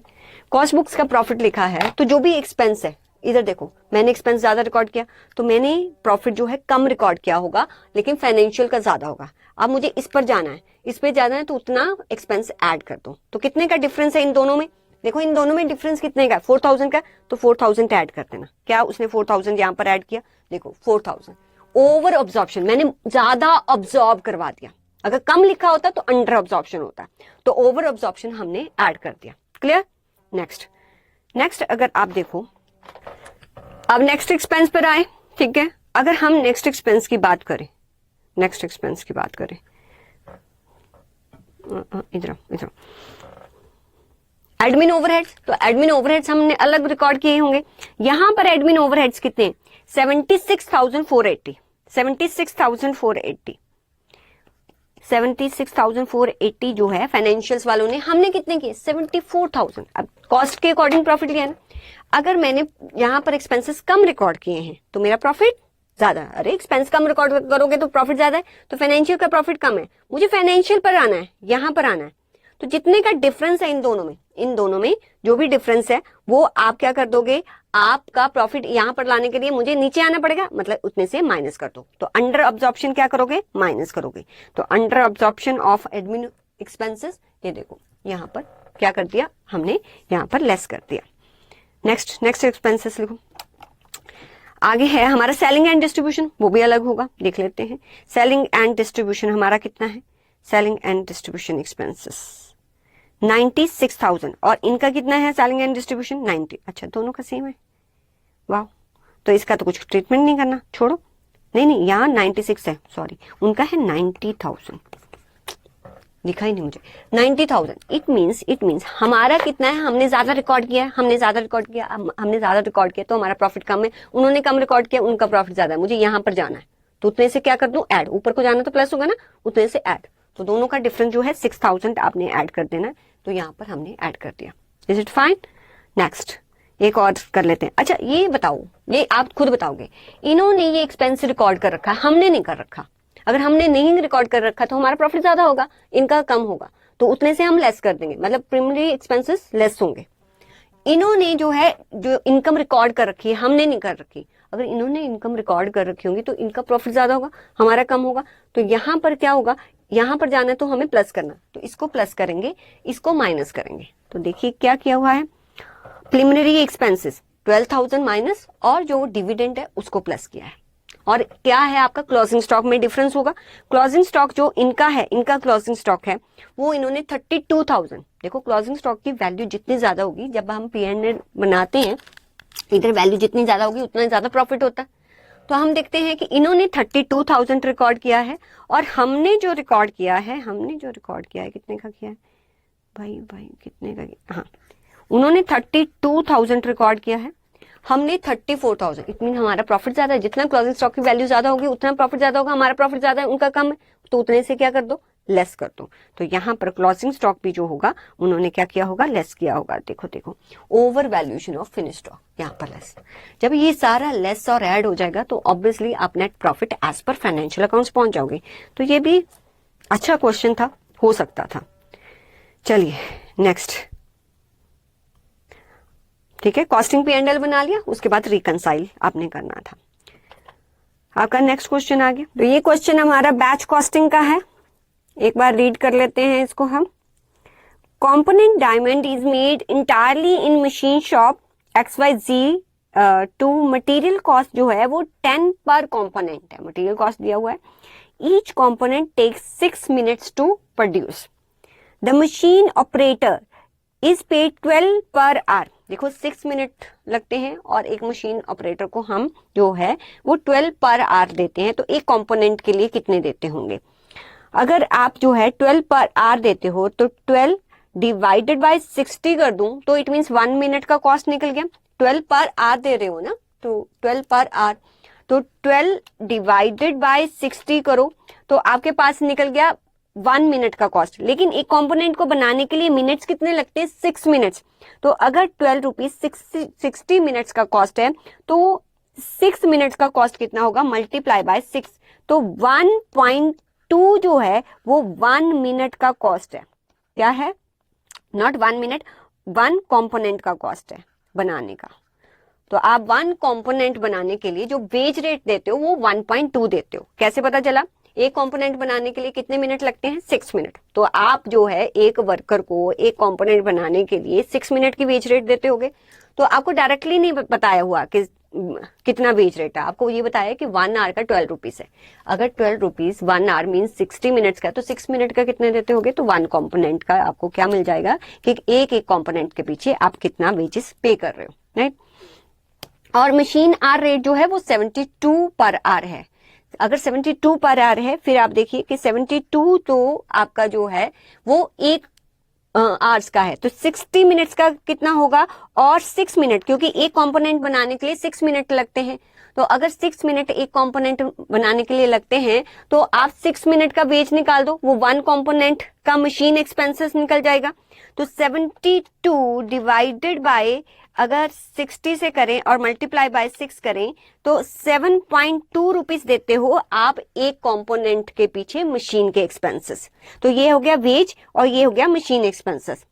अब हमें ये पता है कि जो आपके मशीन एक्सपेंसेस होते हैं, जो वेजेस रेट होते हैं, जो प्रोडक्शन में एक्सपेंसेस होते हैं, वो पर कंपोनेंट तो सेम रहते हैं। जैसे जैसे कंपोनेंट, अगर देखो हम 10 कंपोनेंट बनाएंगे तो इसका रेट कितना आ जाएगा, 1.2 मल्टीप्लाई बाय 10, क्योंकि this is the rate of A 1 component. तो जितने भी हमारे प्रोडक्शन एक्सपेंसेस होते हैं वो पर कंपोनेंट सेम रहते हैं, बट जैसे जैसे आपके कंपोनेंट का प्रोडक्शन बढ़ता रहता है वैसे वैसे आपके टोटल में एक्सपेंस इंक्रीज होता रहेगा। फिर आपको दिया हुआ है the setting up of the machine. जो सेटअप एक्सपेंसेस होते हैं वो क्या होते हैं, सेटअप एक्सपेंसेस जो होते हैं वो एक सेटअप का तो टोटल कॉस्ट उतना ही आएगा, लेकिन पर कंपोनेंट, अब एक बार मशीन सेटअप की, अगर आपने उस सेटअप में 100 कंपोनेंट्स बनाए तो पर कंपोनेंट जो है आपका अलग रेट आएगा। अगर आपने एक बार मशीन सेटअप की, मान लीजिए मशीन सेटअप को करने के लिए आपको 2000 रुपीज लगते हैं, तो एक बार मशीन सेटअप की 2000, अगर उस एक बार मशीन सेटअप होने पर आपने 10,000 कंपोनेंट बनाए तो पर कंपोनेंट जो है रेट आपका डिफर हो जाएगा। तो हमेशा जैसे आपने देखा होगा कि जो प्रोडक्शन कॉस्ट होता है वो पर कंपोनेंट तो सेम होता है, लेकिन टोटल में चेंज होता है जैसे जैसे बैच बढ़ता है, नंबर ऑफ कंपोनेंट बढ़ते हैं। बट जो सेटअप कॉस्ट होता है वो पर सेटअप तो टोटल में सेम होता है, लेकिन पर कंपोनेंट चेंज हो जाएगा, क्योंकि उस सेटअप मशीन करने के बाद जितने कंपोनेंट आप बनाओगे उसके अकॉर्डिंग पर कंपोनेंट रेट जो है चेंज हो जाता है। तो प्रोडक्शन कॉस्ट हो गया, सेटअप कॉस्ट हो गया, इन दोनों को मिला के हमारे एक बैच का कितना कॉस्ट आएगा वो निकलता है। तो बैच कॉस्टिंग में से ये question, prepare a cost sheet showing the setup cost, production cost both in total, पर कंपोनेंट भी दिखाना है, और अज्यूमिंग, आपको अज्यूम करना है अगर हमारा बैच साइज जो है वो 100 का होगा, अगर हमारा बैच साइज 150 का होगा, अगर हमारा बैच साइज 200 का। देखो प्रोडक्शन कॉस्ट में क्या क्या आएगा, 2 चीजें आएंगी, एक तो हम वेजेस कितना दे रहे हैं और दूसरा कि हमारा मटेरियल कॉस्ट कितना है। ये देखो मटेरियल कॉस्ट क्या है, पर कंपोनेंट 10। अगर मटेरियल कॉस्ट जो है, देखो देखो देखो, अगर मटेरियल कॉस्ट मेरा 10 रुपीज है, 10 रुपीज है, अगर मैं 100 कंपोनेंट बनाती हूँ, तो जब मैं 100 का बैच बनाती हूँ तो आपका जो मटेरियल कॉस्ट कितना आ जाएगा, वो तो 1000 आ जाएगा, 1000 आ जाएगा। अच्छा, और मुझे प्रोडक्शन के लिए 6 मिनट लगते हैं, उसके लिए मुझे ऑपरेटर का खर्चा भी करना पड़ता है, मशीन का भी खर्चा करना पड़ता है। यहाँ पर लगा दिया है कि एक एक कंपोनेंट बनाने के लिए ऑपरेटर को कितना देते हैं, 1.2। तो अगर हम 100 कंपोनेंट बनाएंगे तो 1.2 100, ये हो गया हमारा वेजेस। और फिर हमारे मशीन का एक्सपेंस है, तो एक एक कंपोनेंट बनाने के लिए मशीन पर कितना खर्चा करते हैं, 7.2, तो 7.2 100। तो यहाँ पर अगर तीनों एक्सपेंसेस में ऐड कर दूं तो मेरे प्रोडक्शन का टोटल एक्सपेंस निकल जाएगा और ये मेरा पर कंपोनेंट भी निकल जाएगा। ऐसे ही आपने 150 के लिए करना है, ऐसे ही आपने 200 के लिए करना है। और इसमें ऐड क्या करना है, सेटअप कॉस्ट। और सेटअप के लिए वो क्या बोल रहा है कि आपको सेटअप करने के लिए 3 आवर्स ऑपरेटर के लगते हैं।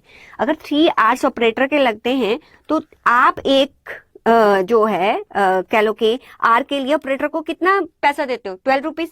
तो 3 आवर्स के लिए कितना दोगे, 3 × 12। एक तो ये सेटअप कॉस्ट हो गया। अब मशीन का खर्चा भी होगा, सेटअप में मशीन का खर्चा भी है, तो मशीन का एक एक आवर का आपके कितना खर्चा बेयर करते हो, 72। तो एक आप जो है, क्योंकि 3 आवर्स के लिए मशीन सेटअप है, तो 3 × 72, तो ये दोनों एक्सपेंसेस क्या हो जाएंगे, सेटअप। आप एक बार मशीन को सेटअप कर दो, राइट, उसमें 100 कंपोनेंट बनाओ, 150 200, वो आपकी मर्जी है। तो इट मीन सेटअप का तो टोटल खर्चा जो है वो सेम रहेगा, पर कंपोनेंट जो चेंज हो जाएगा जैसे जैसे बैच साइज आपका इंक्रीज होगा। तो इसको कैसे प्रेजेंट करना है, इसमें कुछ खास था नहीं इस क्वेश्चन में। देखो आप ऐसे कर सकते हो, आपको टेबल बनानी थी, 100 कंपोनेंट, 150 और 200। आपको cost per unit amount, cost per unit amount लिखना था। सबसे पहले प्रोडक्शन कॉस्ट लिख देते कि मटेरियल का कॉस्ट कितना है, पर कंपोनेंट दिया हुआ था 10 रुपीज। अगर 100 कंपोनेंट बनाओगे तो 1000, ठीक है, 150 बनाओगे तो 1500, 200 बनाओगे तो 2000।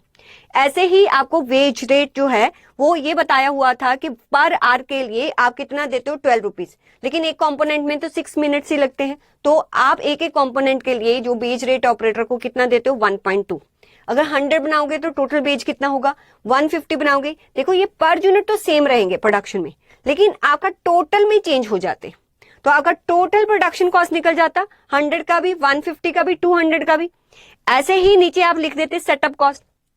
सेटअप कॉस्ट जो है, एक बार मशीन सेट करने के लिए वो कहता है कि 3 आवर्स लगते हैं, तो 3 आवर्स का पेमेंट आप ऑपरेटर को भी करोगे, मशीन का भी उस 3 आवर्स में एक्सपेंसेस को बेयर करोगे, तो एक एक आवर के लिए आप 12 रुपीज इसका देते हो और मशीन आवर का कितना देते हो, 72। तो ये हमारा देखो सेटअप कॉस्ट जो है वो हर केस में सेम रहेगा, चाहे आप 100 कंपोनेंट्स बनाएंगे, चाहे आप 150, चाहे 200, बट आपका पर कंपोनेंट चेंज हो जाता है, क्योंकि 100 कंपोनेंट बनाएंगे तो आपको एक एक कंपोनेंट के पीछे जो खर्चा पड़ेगा बेजिस का वो 0.36 पड़ेगा और मशीन का 2.16। बट अगर 150 कंपोनेंट बनाएंगे तो पर कंपोनेंट जो है वो आपका खर्चा जो है वो रिड्यूस हो जाएगा। ऐसे ही जैसे ही बैच का साइज आपका इंक्रीज होता है, आपका पर कंपोनेंट खर्चा जो है वो रिड्यूस होना स्टार्ट हो जाता है। फिर आपका जो भी मशीन और सेटअप कॉस्ट था, टोटल ए और बी को करके आपने यहां पर दिखा देना था। ये सिंपल था कि आपको सिर्फ प्रोडक्शन कॉस्ट पूछा हुआ था और आपको सेटअप कॉस्ट पूछा हुआ था, राइट। और सिमिलर क्वेश्चन आपके स्टडी मैट में भी है। थोड़ा बहुत आपके कंपोनेंट्स ऊपर नीचे हो सकते हैं, वहां 200, 300 लिखा हो सकता है, बाकी सिमिलर आपको इसी लाइन पर ही क्वेश्चन दिया हुआ है। तो this is the batch costing का क्वेश्चन। नेक्स्ट इसका बी पार्ट करते हैं। नेक्स्ट PQR, ये है कॉन्ट्रैक्ट का, कॉन्ट्रैक्ट कॉस्टिंग का क्वेश्चन। बड़ा अच्छा क्वेश्चन था ये भी आपका।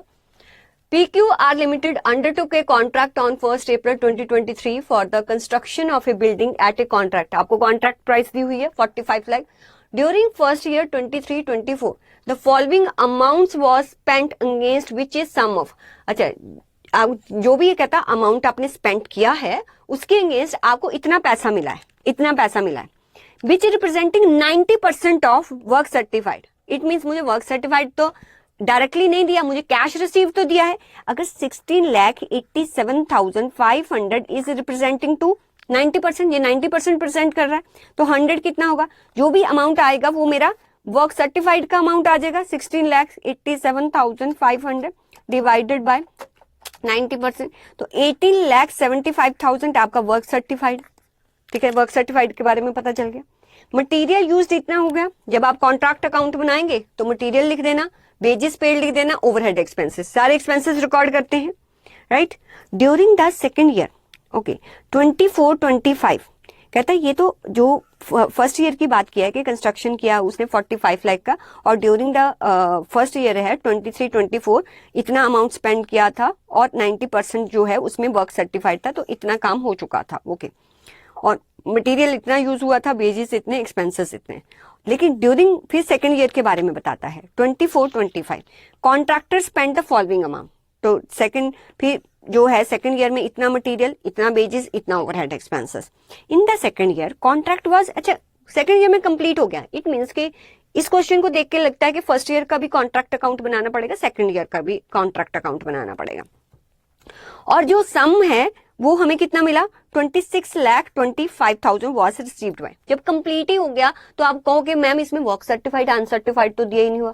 फिर कहां से क्वेश्चन राइज होता है वर्क सर्टिफाइड अनसर्टिफाइड, जब यहां पर जो है कंप्लीट ही हो गया आपका contract, right. Prepare a contract account, कॉन्ट्रैक्टिव account for both the year and determine the profit.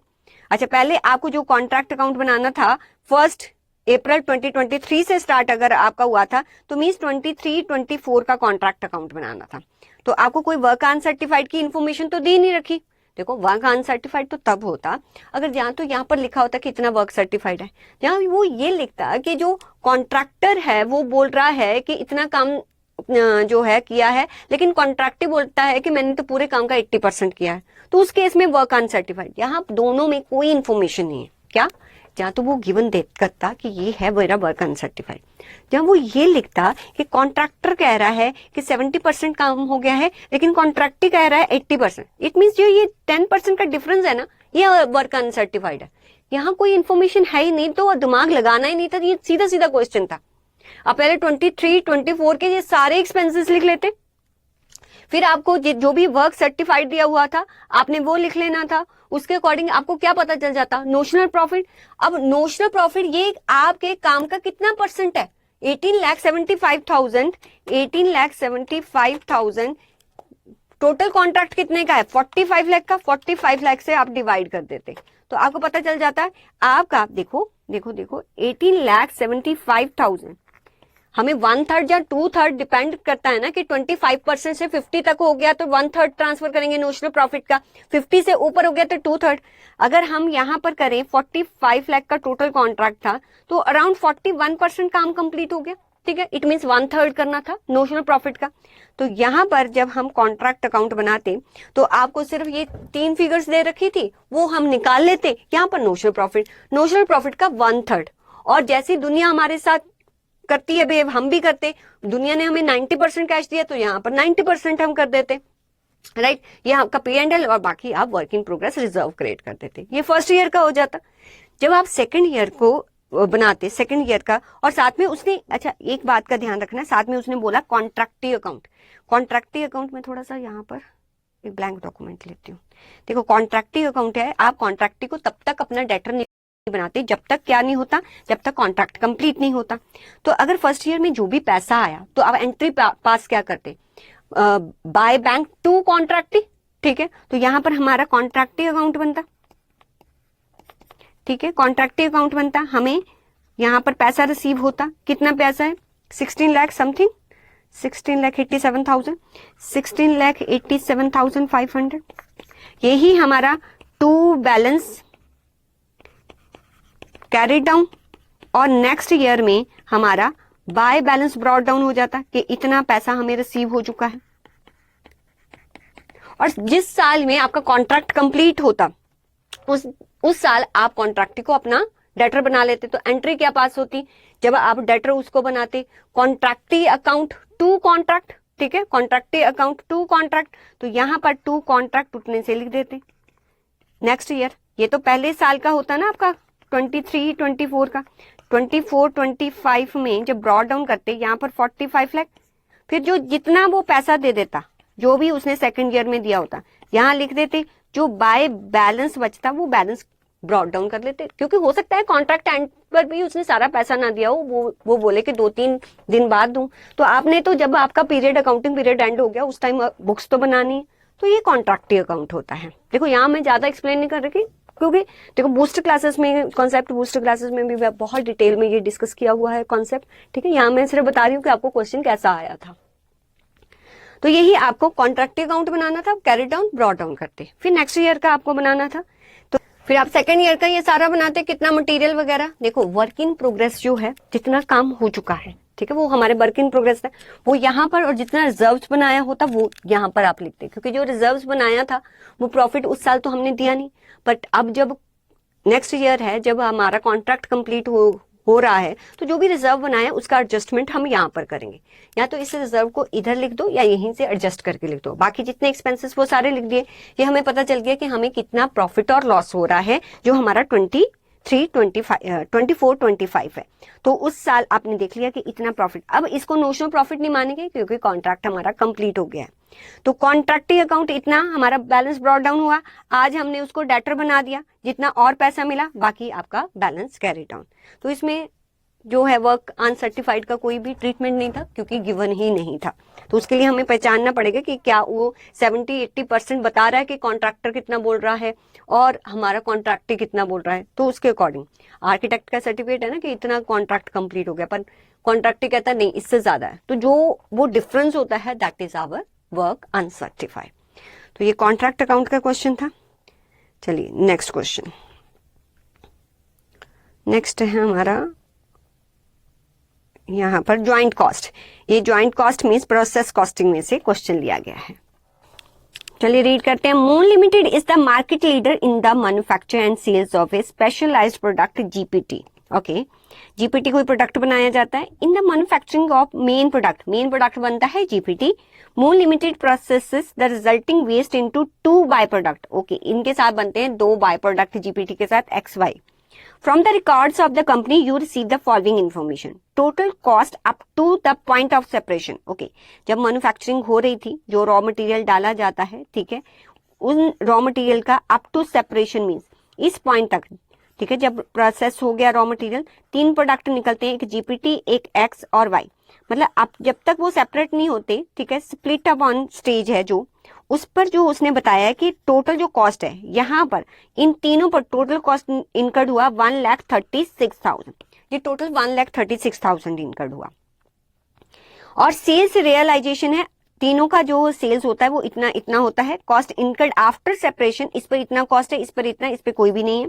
Estimated profit on sale value जो है वो 20% सेल्स वैल्यू का है, ध्यान दीजिए, ये 30% है। सेलिंग एक्सपेंसेस जो सेल्स वैल्यू की होती है, ये सेलिंग एक्सपेंसेस सेल्स वैल्यू, जो भी सेल्स वैल्यू दिया है उसका सेलिंग एक्सपेंसेस आपने 20% निकालना है। आपको प्रिपेयर क्या करना है, comparative profit and loss using the reverse cost method for by product. तो रिवर्स कॉस्ट मेथड मींस हमें ये रिवर्स करके देखना पड़ेगा कि जो ज्वाइंट कॉस्ट है ना, ये तो ज्वाइंट कॉस्ट है। अब इन ज्वाइंट कॉस्ट जो ये वाली है, ये जीपीटी की कितनी होगी, इसमें से हिस्सा, इसमें से एक्स का कितना होगा, इसमें से वाई का कितना होगा, रिवर्स हमें मेथड लगाना पड़ेगा। रिवर्स कैसे चलेंगे, मीन्स जैसे हम क्या करते हैं, हम ज्वाइंट कॉस्ट में, हम ज्वाइंट कॉस्ट जो भी किसी एक पर्टिकुलर प्रोडक्ट की होती है, चाहे एक्स की ले लो, चाहे वाई की ले लो, चाहे जीपीटी की ले लो, ठीक है, जो भी इनकी ज्वाइंट कॉस्ट अगर आपको दे रखी है, उसमें हम ऐड करते हैं पोस्ट सेपरेशन कॉस्ट, वो ऐड कर देते हैं, ठीक है। फिर उसमें हम ऐड करते हैं जो भी सेलिंग और डिस्ट्रीब्यूशन कॉस्ट है, वो ऐड कर दिया जाता है। तो ये हमारे पास टोटल कॉस्ट आ जाती है, टोटल कॉस्ट आ जाती है। इसमें हम प्रॉफिट ऐड करते हैं, प्रॉफिट ऐड करते हैं, और ये हमारी सेल्स वैल्यू आ जाती है। ऐसे ही होता है। अब रिवर्स मेथड है, मींस आपको सेल्स दिया है, उसमें से प्रॉफिट माइनस करो, तो कहां पर पहुंच जाओगे, टोटल कॉस्ट। टोटल कॉस्ट में से आप ये वाली पोस्ट सेपरेशन कॉस्ट जितनी भी है वो माइनस कर दो, तो कहां पर पहुंच जाओगे कि कितनी कितनी ज्वाइंट कॉस्ट थी। रिवर्स कॉस्ट मेथड आपको यूज करना है। तो रिवर्स यूज करने के लिए देखिए, अगर मैं एक्स वाई की बात करूं, एक्स वाई की बात करूं, यहीं पर लिख लूं, 2 मिनट, इसको मैं क्लियर करती हूं। अगर मैं एक्स वाई दोनों की बात करूं, आइए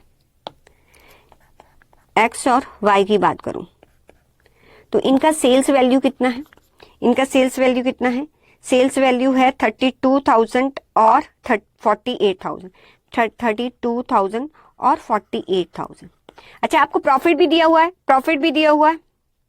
प्रॉफिट कितना है आपका, 20% और 30%, 20% और 30%।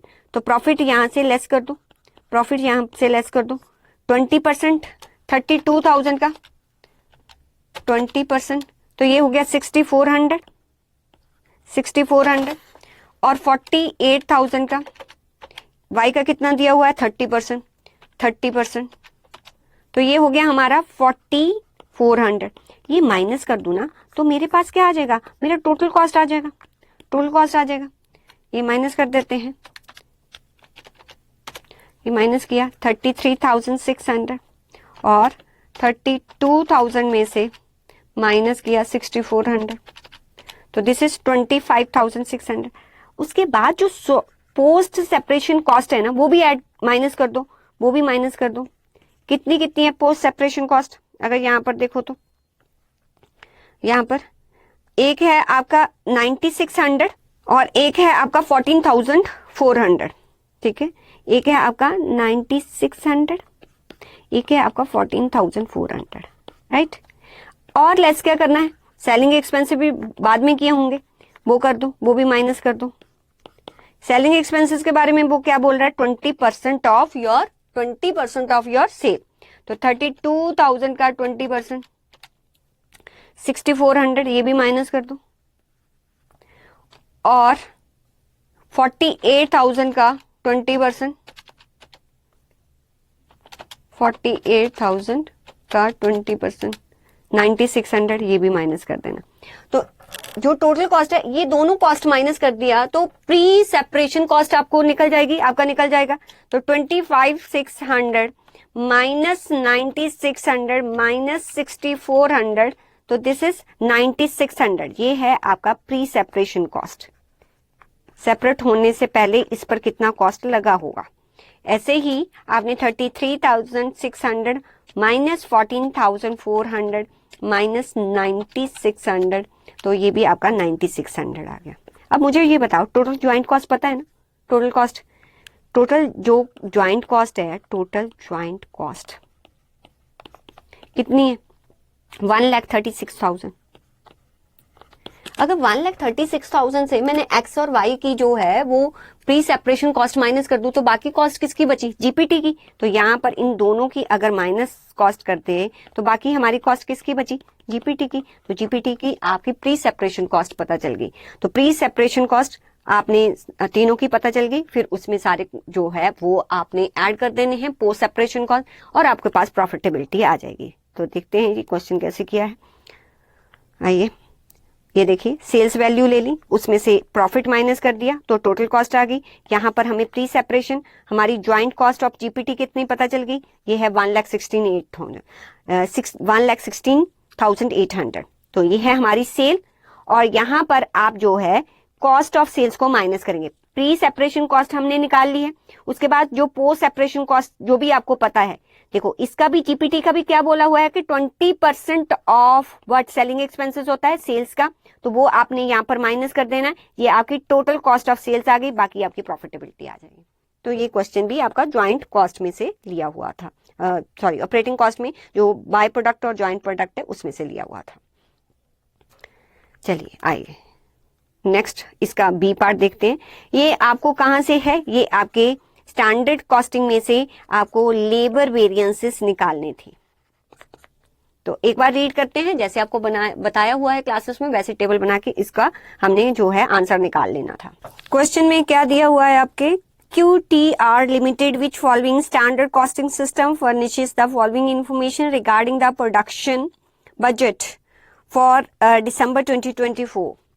आपका प्रोडक्ट एक्स के 40,000 यूनिट्स बनने चाहिए एज पर बजट और प्रोडक्ट वाई के 80,000। Okay, one standard hour represents the 8 units of product X. Okay, 1 hour में 10 यूनिट्स बनते हैं एक्स के और 8 यूनिट्स बनते हैं प्रोडक्ट वाई के 1 आर में। द स्टैंडर्ड वेज रेट जो है वो पर आर दिया हुआ है, मीन्स आपको स्टैंडर्ड रेट दिया हुआ है। During the month 15,000 hours were paid, ये एक्चुअल आवर्स आपको दिए हुए हैं। तो देखो कलेक्टिवली आपको आवर्स दिए हुए हैं, इट मीन्स क्या आपको एक्स वाई को सेपरेट बनाने की जरूरत नहीं है, ठीक है। तो वो आपका जो कह लो कि रिवाइज्ड स्टैंडर्ड आवर्स है वो भी निकालने की जरूरत नहीं है, वो तब होता अगर हमें एक्स और वाई का अलग अलग दिया होता। और यहाँ पर जो हमने पे किया है वो 0.60 जो है वो पर आवर पे किया है, ये एक्चुअल आपका वेज रेट है, which include 700 unproductive hours due to the unbudgeted holidays और also the loss of production.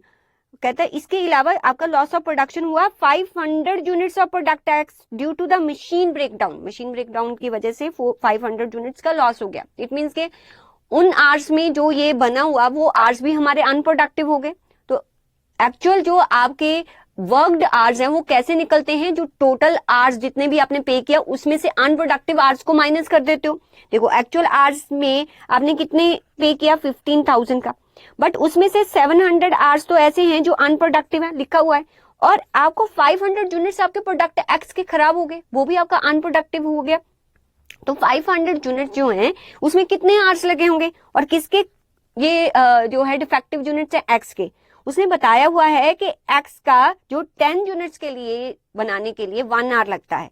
अगर 10 यूनिट्स को बनाने के लिए 1 आवर लगता है तो 500 यूनिट्स में उसने कितने आवर्स लगाए होंगे? 1/10 इंटू 500, ठीक है। तो हमारा कितना आ गया? 50। तो 50 आवर्स ये हो गए। तो एक्चुअल में जो आवर्स वर्कड जो लेने हैं जब हम वेरिएंसेस निकालते हैं तो 15,000 माइनस 700 माइनस 50, तो एक्चुअल में हमें 14,250 आवर्स ही कंसिडर करने हैं, राइट। उसके बाद दिया हुआ है एक्चुअल प्रोडक्शन इतनी हुई है 48,000 या 76,000। अगर एक्चुअल प्रोडक्शन इतने की हुई है तो इतनी ही प्रोडक्शन करनी थी तो इसको स्टैंडर्ड आवर्स कितने लगने चाहिए थे वो निकालना है, और ये सारे वेरिएंसेस निकालना है। ये कैसे निकालते हैं, मैंने आपको बोला था कि आप एक टेबल बना लीजिए जिससे कि आपके जो है जल्दी जल्दी से सारा काम हो जाएगा। तो यहीं पर बता दूं, यहाँ पर बताऊं, 2 मिनट यहाँ ना ऐड कर लेती हूँ मैं एक ब्लैंक पेज, ठीक है। तो कैसे निकालते हैं हम, हमें क्या क्या पता होना चाहिए, हमें स्टैंडर्ड रेट पता होना चाहिए, standard hours for actual output पता होना चाहिए, फिर standard rate for actual hours worked का पता होना चाहिए, ठीक है। Then standard rate of actual hours paid और standard rate for actual hours, sorry last है actual rate into actual hours paid. तो ये इन्फॉर्मेशन अगर निकल गई तो जो उसने वेरिएंसेस हमें यहाँ पर पूछे हुए हैं, जो भी वेरिएंसेस, वो फटाफट से निकल जाएंगे। ये सारी इन्फॉर्मेशन अगर यहाँ पर हम फिट कर दें तो स्टैंडर्ड रेट आपको पता है 0.50, ठीक है। मुझे स्टैंडर्ड आवर्स और एक्चुअल नहीं पता। Standard rate 0.50, actual our worked हमने निकाल लिए 14,250, जो अभी मैंने निकाल के दिया। कितना 14,250 निकला, कितना निकला, हाँ 14,250, ठीक है। और स्टैंडर्ड रेट आपका 0.50, एक्चुअल आवर्स आपने पेड कितने किए, वो तो टोटल 15,000, एक्चुअल रेट कितना है 0.60 और एक्चुअल आवर्स पेड कितने हैं 15,000। बस ये आपको निकालना है, इसी के बेसिस पे हमारा क्या है सारी इंफॉर्मेशन निकल जाएगी। ये सिर्फ हमें निकालना पड़ेगा। देखो standard hours for actual output आप कैसे निकालोगे, उसने कहा कि जो एक्स है ना, एक्स के आपने कितने यूनिट्स प्रोड्यूस किए 48,000। अगर 48,000 ही करने थे तो कितना टाइम लगना चाहिए था, वो यहां से पता चलेगा। वो क्या कह रहा है कि 10 यूनिट्स के लिए 1 आवर लगता है। अगर 48,000 यूनिट्स ही बनाने थे तो 1/10 48,000 मीन्स एक्स के कितने आवर्स लगने चाहिए थे 4800।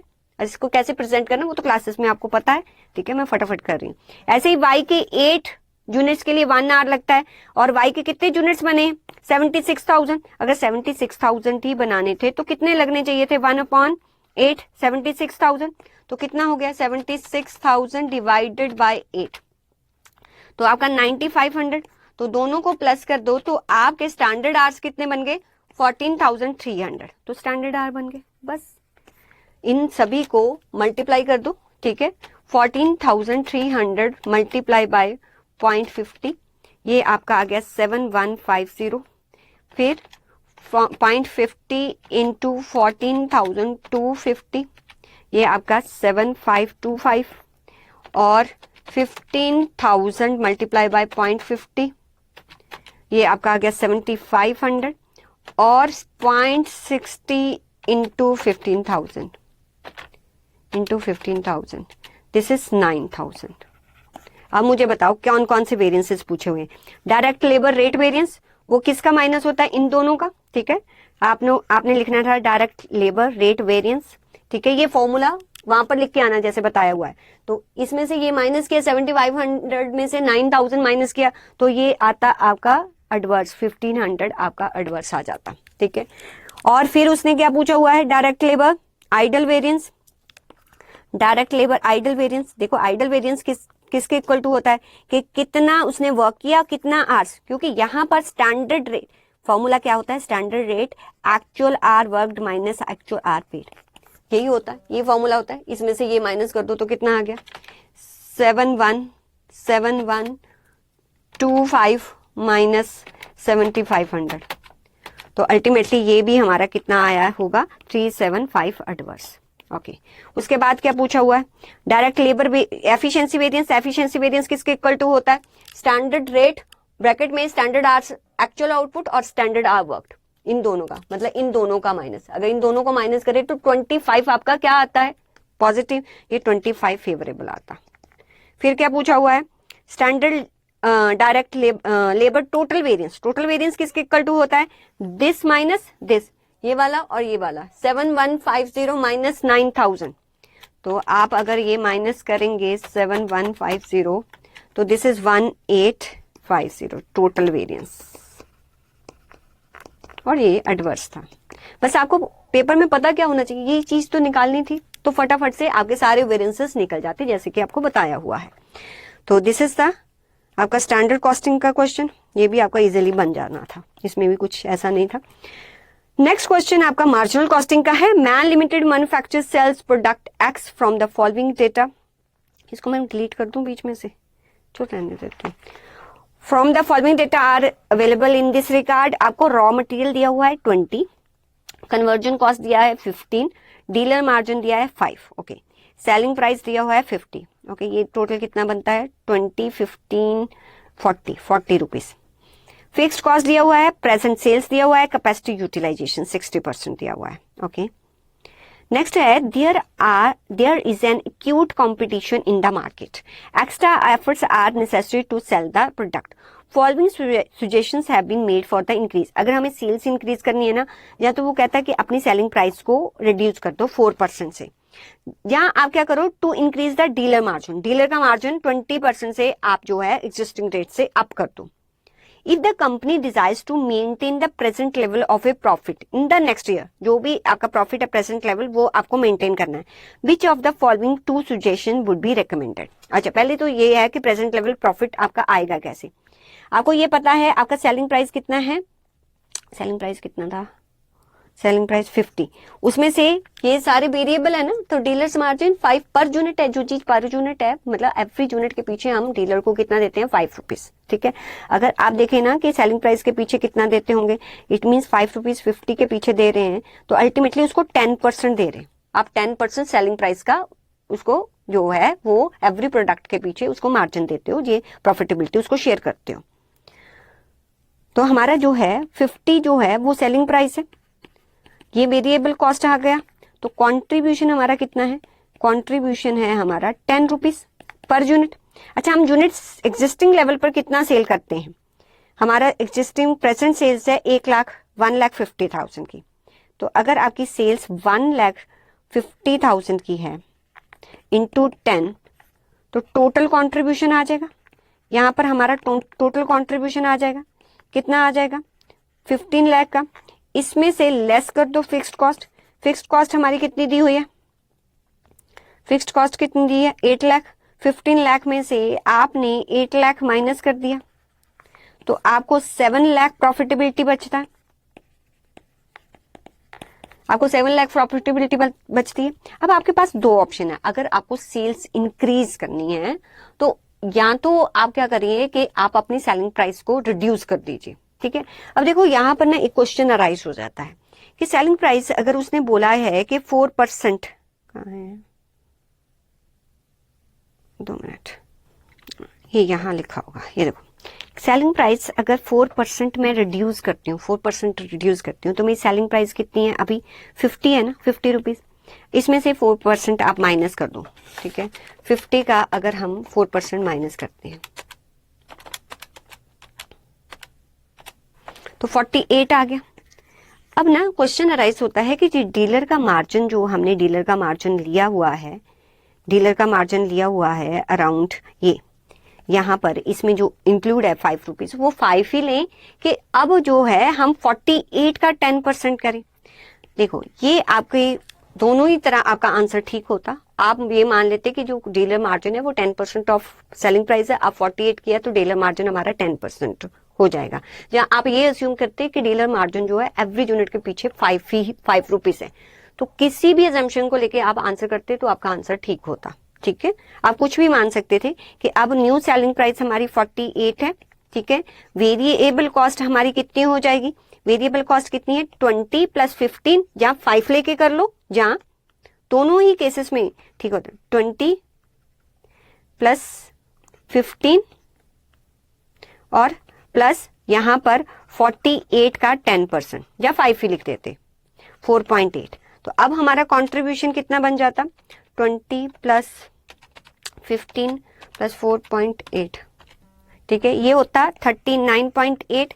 तो कंट्रीब्यूशन कितना होता पर यूनिट के पीछे, ये होता हमारा 8.2 पर यूनिट, ठीक है। अब वो कहता है कि अब आप जो है कितने यूनिट्स आप सेल करोगे, तो हमें प्रेजेंट लेवल प्रॉफिटेबिलिटी मेंटेन रखनी है। हमारी प्रेजेंट लेवल प्रॉफिटेबिलिटी कितनी है 7 lakh, means this is my desired profitability, this is my desired profitability.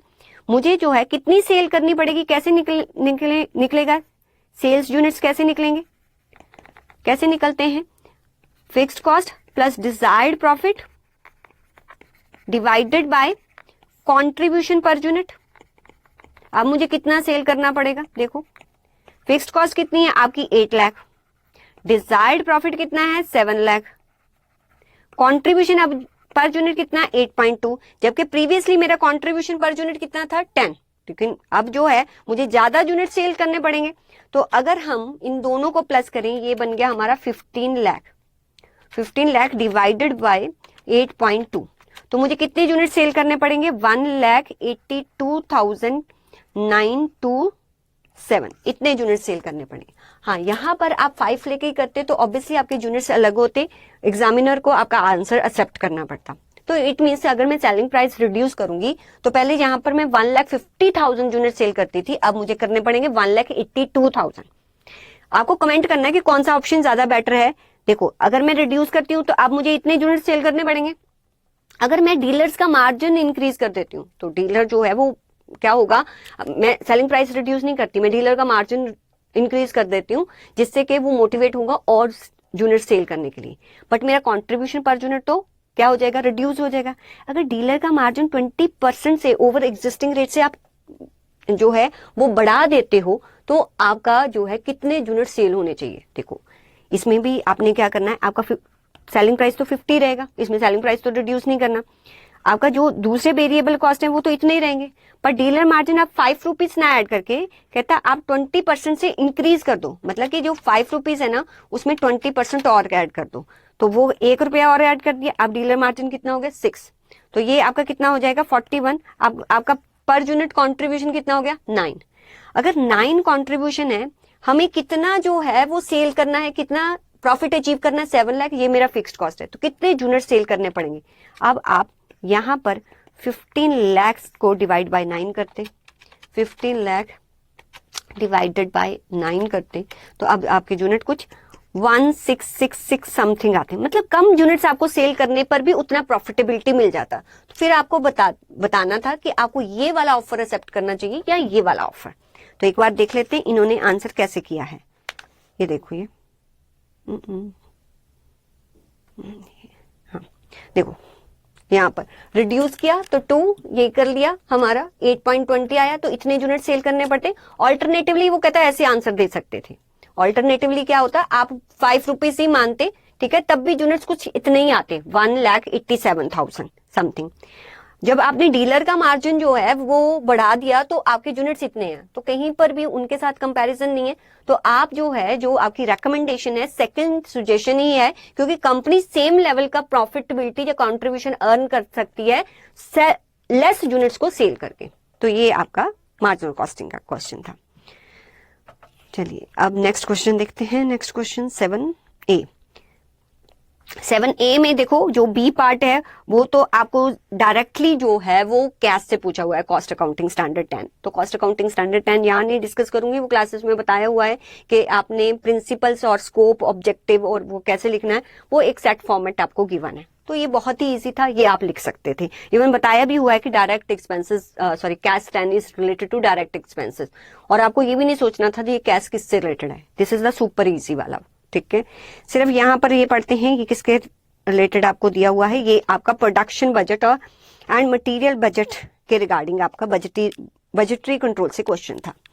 एक बार रीड करते हैं। Sun and Moon Limited manufacture 2 products, product R and product S, 2 products जो है मैन्युफैक्चर करने हैं। During the year ending 31 March 2025 it is expected that जो sale होंगे प्रोडक्ट आर वो 30,000 kg का सेल होगा, इसका होगा 1,50,000 kg का, और ये सेलिंग प्राइस पर केजी दिया हुआ है।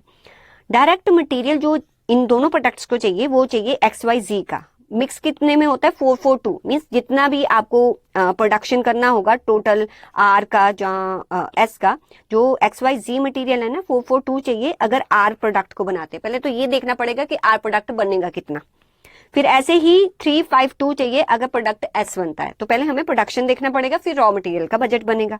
Actual and budget inventory for the year, जो एक्चुअल एंड बजट इन्वेंट्री आपको ईयर की दी हुई है, ओपनिंग दी हुई है, एक्सपेक्टेड दी हुई है।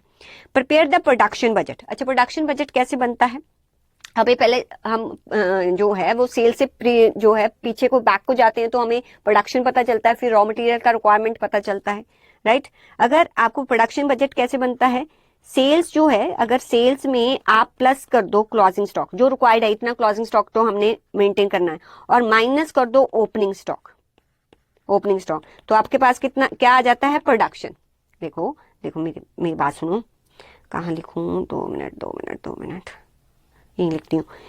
जो आपका सेल्स है किसके इक्वल टू होता है, मुझे बताओ। सेल्स इक्वल टू होता है प्रोडक्शन प्लस कर दो ओपनिंग स्टॉक माइनस कर दो क्लोजिंग स्टॉक। अब आपको ये पता है, अरे ये ओपनिंग स्टॉक यहाँ पर प्लस है, इधर माइनस हो जाएगा, क्लोजिंग स्टॉक यहाँ पर माइनस, यहाँ पर प्लस हो जाएगा, तो क्या पता चल जाएगा, प्रोडक्शन पता चल जाएगा। तो एक फॉर्मूला तो पता है, दूसरा आप निकाल सकते हो। तो प्रोडक्शन आपको क्या बनाना है, पहले प्रोडक्शन बजट। तो कैसे बनाते, आर और एस का आप देखो, 30,000 kg ये चाहिए, 1,50,000 kg ये चाहिए। तो 30,000 kg अगर 30,000 kg इसके चाहिए और 1,50,000 इसके चाहिए, इसमें ऐड कर दो आप इनका क्लोजिंग स्टॉक देखो इनका दिया हुआ है ये 2800 और 47, तो 2800 यहाँ पर ऐड कर देते, 47 यहाँ, और ओपनिंग स्टॉक क्या कर देते, माइनस 1800 और माइनस 4200, तो जो बचता वो प्रोडक्शन बजट बन जाता है। तो इजिली बन जाना था आपका प्रोडक्शन बजट। ये देखो यहाँ पर देखते हैं, हाँ, देखो 30,000 ये और ऐड कर दिए और ये ओपनिंग माइनस कर दिए, ये बन गया हमारा, इतना प्रोडक्शन होगा किसका, आर का और एस का। अब उसने बताया कि ये बताओ आप कि हमें कितना जो है वो परचेज मटेरियल बजट शो करो और परचेज कॉस्ट भी शो करना है। तो आपको जो मटेरियल चाहिए इन दोनों प्रोडक्ट को बनाने के लिए XYZ चाहिए, और किस रेशो में चाहिए, कहता जो ये वाला प्रोडक्ट है हमारा आर, इसका इस रेशो में रॉ मटेरियल चाहिए, ठीक है। और ये जो प्रोडक्ट है, जो जितना भी प्रोडक्शन करोगे उसमें इन तीनों का जो है वो इस रेशो में मटेरियल चाहिए। तो इसको इस रेशो में डिवाइड कर देते, इसको इस रेशो में डिवाइड करते, ये टोटल रिक्वायरमेंट है। लेकिन बाय कितना करेंगे, जितना हमारा क्लोजिंग स्टॉक है वो क्या कर देते हैं, ऐड, ठीक है। देखो रॉ मटेरियल कंज्यूम्ड किसके इक्वल टू होता है, मैं यहां पर बता दूं, रॉ मटेरियल कंज्यूम्ड किसके इक्वल टू होता है, जितना आपने परचेसेस किया प्लस जितना आपका ओपनिंग स्टॉक, जितना क्लोजिंग स्टॉक। अब आपको ये बताना परचेज कितना करना है, तो क्या करोगे, इसमें ओपनिंग स्टॉक क्या कर दोगे, माइनस, इसमें क्लोजिंग स्टॉक क्या कर दोगे, ऐड, तो आपको पता चलेगा रॉ मटेरियल परचेज कितना होगा। बस यही करना है। ये आपको पता है कि इतना कंजम्पशन, क्योंकि इतना प्रोडक्शन अगर करना है तो इतना तो कंजम्पशन हो गई, बट जितना कंजम्पशन है उतना थोड़ी बाय करते हैं। हम क्या करते हैं, हम ऐड कर देते हैं क्लोजिंग स्टॉक माइनस कर देते हैं ओपनिंग स्टॉक, तो हमें पता चल जाता है कितना परचेजेस है। और इवन हमें ये भी गिवन है यहाँ पर कि हर एक का कितना कॉस्ट होगा, उससे मल्टीप्लाई कर दोगे तो हमें परचेज कॉस्ट का पता चल जाएगा। तो ये भी हमारा नॉर्मल सा क्वेश्चन था और बाकी थ्योरी था ये वाला। और next, what are the essential of a good cost accounting system, ठीक है, जो आपके नोट्स हैं उनमें ये दिया हुआ है, और एबीसी एनालिसिस के नोट्स भी दिए हुए हैं। और फिर आपको कैश के बारे में, कैश देखो सुपर इजी याद करना है, तो जो भी नोट्स उसमें दिए हुए हैं उसमें से याद कीजिए। तो कैश 10 और कैश 8 जो था, अगर आपका कोई भी प्रैक्टिकल फंसता तो यहाँ पर आप ये इजीली कर सकते थे। तो ओवरऑल आपका नॉट इजी पेपर था, एवरेज पेपर था, ठीक है। अगर आपने अपना स्टडी मैट भी बहुत अच्छी तरह से किया होता तो आप इस पेपर को कर सकते थे। चलिए अब एक और नेक्स्ट वीडियो में एक और पेपर को डिस्कस करेंगे। Okay, bye students.